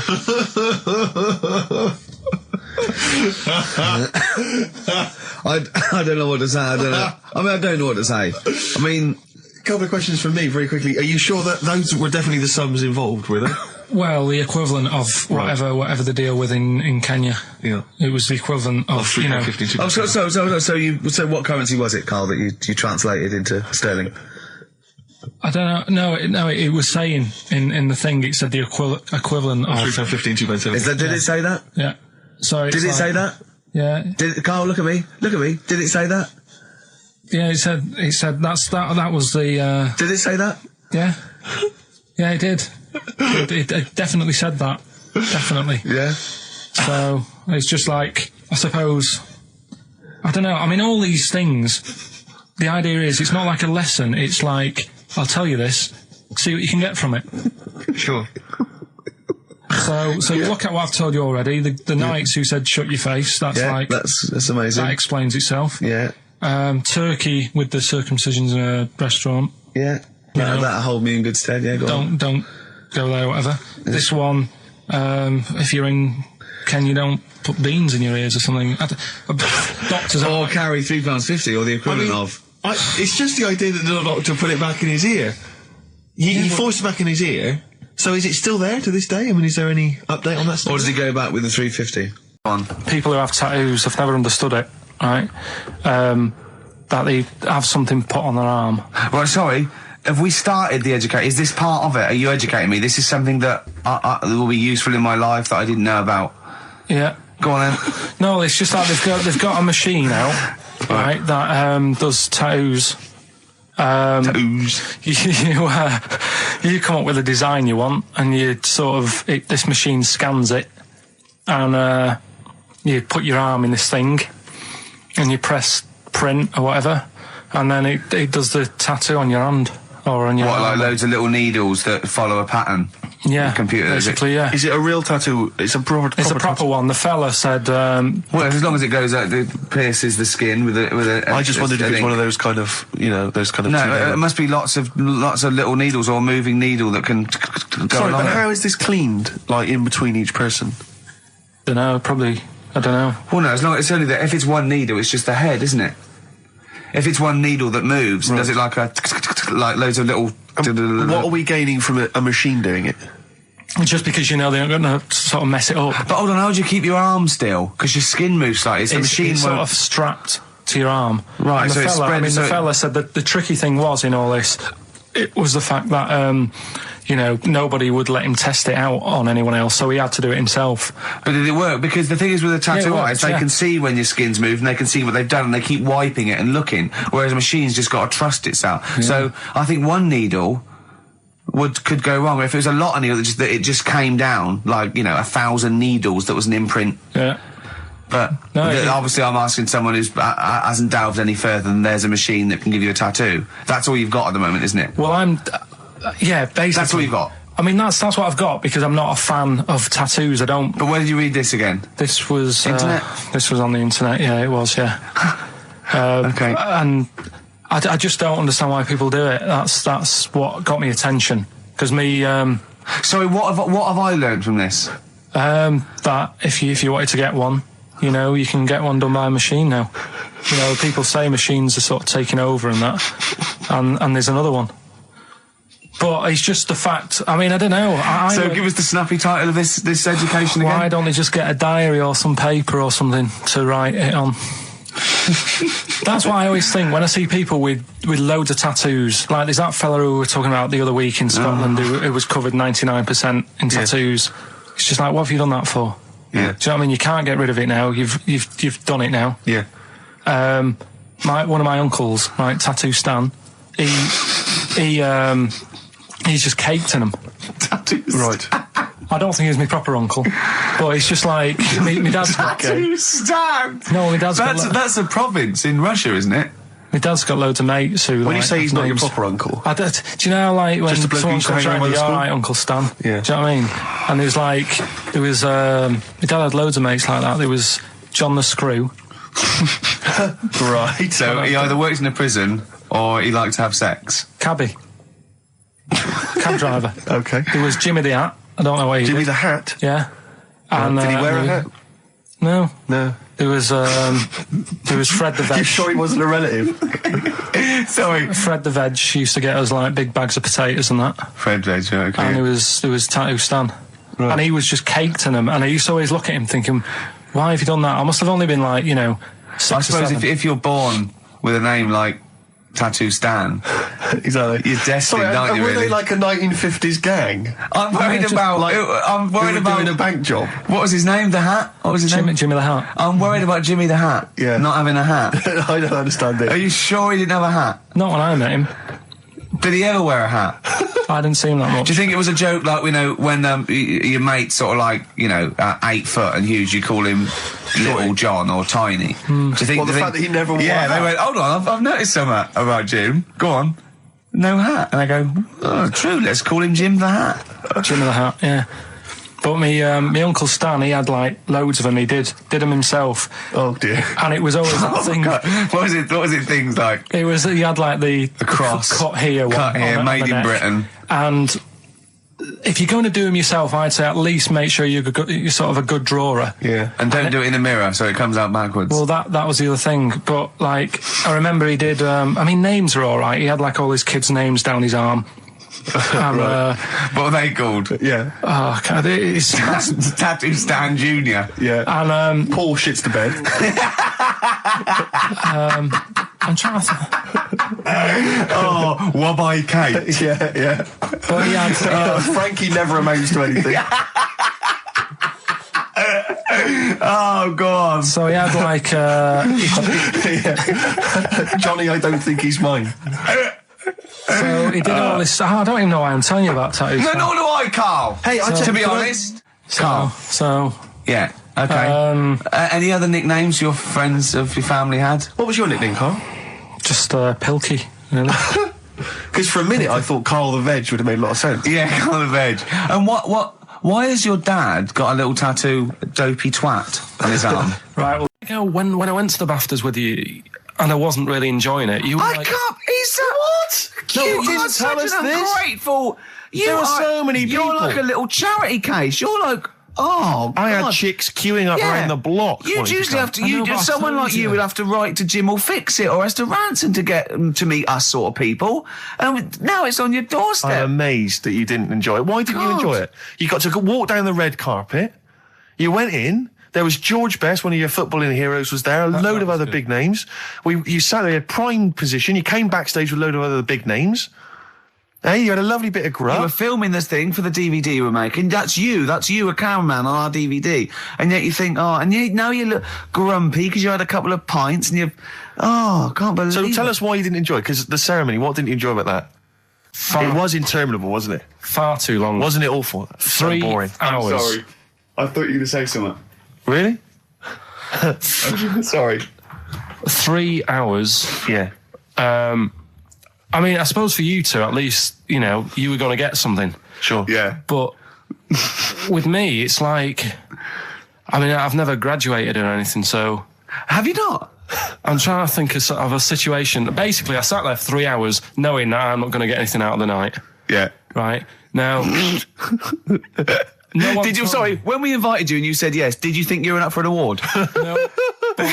I thought we were going to be sat round tables having a nice bit of food whilst people are going up there winning awards. Yeah. But 3 hours of the same thing over and over again. I mean, if a film's 3 hours in the cinema, you go, well, it's long, but, I wonder how it's going to end. Yeah. But this was just like the same thing over and over again. Some guy going up, thanks a lot, cheers for the bit of brass. And then going down, sitting down, the same thing over and over again. Honestly, right, I'd say it was one of the worst things I've ever had to do. I enjoyed the night afterwards when we did have a bit of lamb and a nice bit of veg and that. That was all right, and I went home and I was happy, and I got the little freebie bag that you're talking about that we're giving away. Yeah. Which wasn't much good stuff in it. Oh, all right. Right. No, what would you have done on that Saturday night? Suzanne what would you have done or the Sunday night, rather? What would you have done had you been at home? I would have stayed in with Suzanne, right? Watching telly, having a nice bit of pate on toast or something, cup of tea, watching 24. But instead, I had to buy an expensive suit so I didn't show you up, right? Jesus, what are we doing? Yeah. How much did you spend on your suit? Well, in total, right, because, the shoes and the suit and the shirt and the tie, it was about 600 quid. That's the most expensive evening ever. And that's what I'm saying to you. And the daft thing is, it's dark in there. I don't know why you've got to wear a nice suit. You can't wear a tracksuit, for goodness sake. It's dark in there. No, just the shirt and that. It doesn't make you a better person wearing a suit. No, doesn't make you a better person, no. We're not claiming it made you a better person. No, well, that annoyed me. Yeah. We should go in a competition. Who's the tastiest cartoon ever? Well, actually, I threw up G-Terror. I threw up Jessica Rabbit. I've had some people contribute here on the email. We've got someone here. Dom has emailed us. He's told us that for him, Daphne from Scooby-Doo. Yeah, popular choice. And obviously, this is one I've never quite understood. Wilma from the Flintstones. I've actually always felt that Wilma. I don't know. I just thought she was a bit. No, not Wilma. Homely. Betty, surely. Yeah, Betty. Well, this is what I'm saying. Wilma. I mean, Betty, surely, but Wilma. No, I mean, she's quite homely. Betty, come on, Steve. You wouldn't say no to Wilma. No, I suppose not. If it was on, I'd be worried about Fred if he found out. I'd hate to do it, I wouldn't want to do it to Fred. He's a good guy. He is, isn't he? He's a bit of a chump. Whereas Barney, to be honest, I don't think he deserves Betty. Do they both work in the quarry? Because, I mean, let's be honest, Fred, not a smart man. I mean, he obviously didn't come out of rock school with anything other than a couple of basic O-levels. I know, but he's a hard-working, sound sort of guy. They got a big house, they got like a TV, they got that bird thing. Yeah. I be honest, if I was Fred, I would be a little bit disappointed that my kid does nothing, whereas Barney's can lift up sort of tall buildings. Sure. Bam, bam. He's a very strong... I mean, interestingly, Fred loves his job. He's always yabba-dabba doing at the end of the day. He does spend the whole day lifting rocks from one place to another. I'll tell you what, I wouldn't take that from that cat, though. I would. If a cat picked me up by the scruff neck and put me out, right, on the doorstep, I'd go mental. I'd get rid of it. It is a saber-toothed tiger, though, Carl, so it could rip him to shreds. It's not like a normal domestic cat you have nowadays. You know when they go to the drive-in at the beginning? Yeah. And they order maybe some ribs. Yeah, that huge rib, and it tips the car over. Yeah. Was that her first day on the job? because Yeah, it's never been ordered before. Yeah, either it's that, she'd have realised. Or yeah, we're out of pig. We've got brontosaurus rib. Exactly. He goes, won't that knock the car over? No, it won't. I don't know. Rick, can I tell you now? That was an accident waiting to happen. It was really, wasn't it? Yeah. And it did. Oh dear. Mind you, I went to Texas once, and I had some ribs, and it was like the Flintstones. It was huge, and not only did it look too much like an animal that I couldn't actually eat it. I don't know who could eat it. I mean, seriously, it was 2 foot long. Yeah. And all the it was like half a rib cage, and It's incredible. See, Christian's giving away a trip to Salem, Massachusetts. That's bizarre, actually, because I was in America recently, and I went to Salem, Massachusetts, and that's not a prize. Isn't it? Believe me, we were there, we were sort of obliged to go because we were at someone's birthday. It's rubbish. Really? I mean, that's a really poor trip. That's such a boring He probably can't believe his luck. It's probably the biggest thing Christian's ever had to give away. The great thing about, and you've just dissed it. The great thing about Salem, Massachusetts is that I don't think we're good for this station. I don't think we're selling this station like we should. Well, it's its own fault, it shouldn't have hired us. I blame it, Yeah, and paid us in advance. Yeah. They're lucky we turn up. No, I went to Salem, Massachusetts, and this is the place that's famous from, like, Salem's Lot and the Salem witch hunts, famous for all things Salem. Salem. Yeah, anything with Salem in the title, that's what it's famous for. The whole place has gone mad over, like, witches and anything. Basically, it's like, there was the Salem witch hunts in, like, 17-something or other, or 16-something or other. So the whole place now is just full of, like, people dressed as witches. Yeah. And then it's, like, any supernatural stuff. So I went in, and it was amazing. It's quite like expensive. Glastonbury tent. It was, it's awful. Every single place there, every single shop is kind of horror related. Yeah. And I went to the Boris Karloff World of Terror. Yeah. Right? It's amazing. You went in there, right? I don't know if Boris, the famous horror actor, has actually been involved, but you go in there, you walk in the door, you've got to put these 3D glasses on, right? And it's supposed to be this kind of chilling journey around this kind of like a sort of a crypt, And you put these glasses on, and I couldn't tell. They were so poor. I couldn't tell what was supposed to be a 3D effect and what was actually 3-dimensional. Really? So I couldn't tell if, like, the floor was actually sloped or if it was just appeared to be. Yeah. Whether the wall was actually kind of knobbly or whether it was 3D glasses. It was so much, and it literally took about 45 seconds to get through it. Imagine and he just that. came out blinking into the light again. It was so rubbish. So I just want to throw us over to Karl. So there's Steve Merchant with funny glasses on in this place horror, and he's walking round. Do you think he scared people, Karl? I've set this question up, haven't I? I've loaded the question. I know the answer you're fishing for. Karl, do you just want to have a dig at me? Because it's coming up to 2:00, and you've not really put a lot of effort in today, slagging me off. I don't do it on purpose. No, he doesn't do it on purpose. He's just an honest northerner, and he can't lie. He's like George Washington, but without the wooden teeth. Yeah. Salem. I didn't mean We've to say... lost it again, haven't we? You didn't mean to say Salem. Salem. This is such bad radio. Was just this the is word really... that was at the tip of my tongue. Genuinely, this is bad radio, it's isn't awful it? Radio. Quick. Oh, yeah, my mate went to one of those things in the West End where you walk around and it's aliens and they jump out at you. Right. And he was so scared when the alien jumped out, I mean, he ripped a bit of his face off. And the alien's face off? Yeah, it was foam, and the bloke went, "Don't do that, mate." Brilliant. Well, in the Salem one, I was wandering around, and this was one guy that kept jumping out. Yeah. Because there was about 10 of us, I was at the back. I always missed him jumping out. So when I got round, I missed all the frights. It was ludicrous. No! You'd at least you'd have thought he'd like jump out, then double round and jump out again. For people. Everyone about catch that? No. Ooh, stuff to do. What's going on? Stuff to talk about and that. What's been going on? Oh, before you came in. Oh, you saw it, didn't you? That experiment I was doing with the... An experiment? Yeah. Well, all I know is as I walked in the building, I passed the little kitchen area, you were hitting Karl on the head with a tin tray. Didn't it make a good noise? It was a great noise. But I'm interested to explain more about the experiment. Well, I wanted to see how hard I could hit him and make it resonate, right, before I either caved his skull in or, you know what I mean? So you had to hold it quite loose so it could, like, vibrate. But you had to grip it hard enough to give it a good whack. Right. And his head's brilliant for hitting stuff on. Is it? It is perfect. Karl, could we recreate that moment a bit later on the radio? You'll notice that you've been on for 15 minutes, I haven't said a word. So it's had a bit of an effect on me. Still a little bit shaken. Okay. Oh, dear. But yeah, do it again later. We were talking about your head a little bit earlier, weren't we? It's not going to mean that you're sort of a bit, fuzzy thinking, is it? That'll be alright. Yeah. So... Can we recreate that later, maybe towards the end of the show? Just hit you on the head with various objects, see which make the best sound? Right then, which leads us nicely into knob news. Oh, it's the welcome return of knob news. Right, okay, it's very much like the news at 10, this, isn't it? I do a bong, or in this case a schlong, and he gives me the headlines, the knob news of the day. The big, where have you collected all this knob news? Was there a lot of knob news this week? It was mental this week. The amount of stuff. The way it works, you give us the bong, I'll give you the headline. Okay. Steve decides which stories we're going to talk about. And now on XFM, knob news. Schlong. Man grows knob on his arm. Schlong. Man gets doctors to make him a second knob. Schlong. Turkish prisoners made hole in cell wall to produce third inmate. Schlong.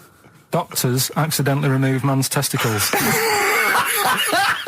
So, well, can I straight away go for the accidental removal of the testicles? Well, it's happened before, right? We've talked about that before. Well, how did what did he go in for a tonsillitis? What are they called? Tonsillectomy. And he went in the wrong way. What are you talking about? How can they accidentally remove his testicles? It says he didn't look at his folder, and the doctor said to the fella, "Oh, we've removed your testicles and we wanted to take out your prostate gland." So that's what happened. There's the story. This is what I mean. That's why I don't like going to the doctors. Yes. It happens, doesn't it? Because all these sort of it's when they say things like, "Oh, it's just we do loads of these operations." That's when they're not concentrating.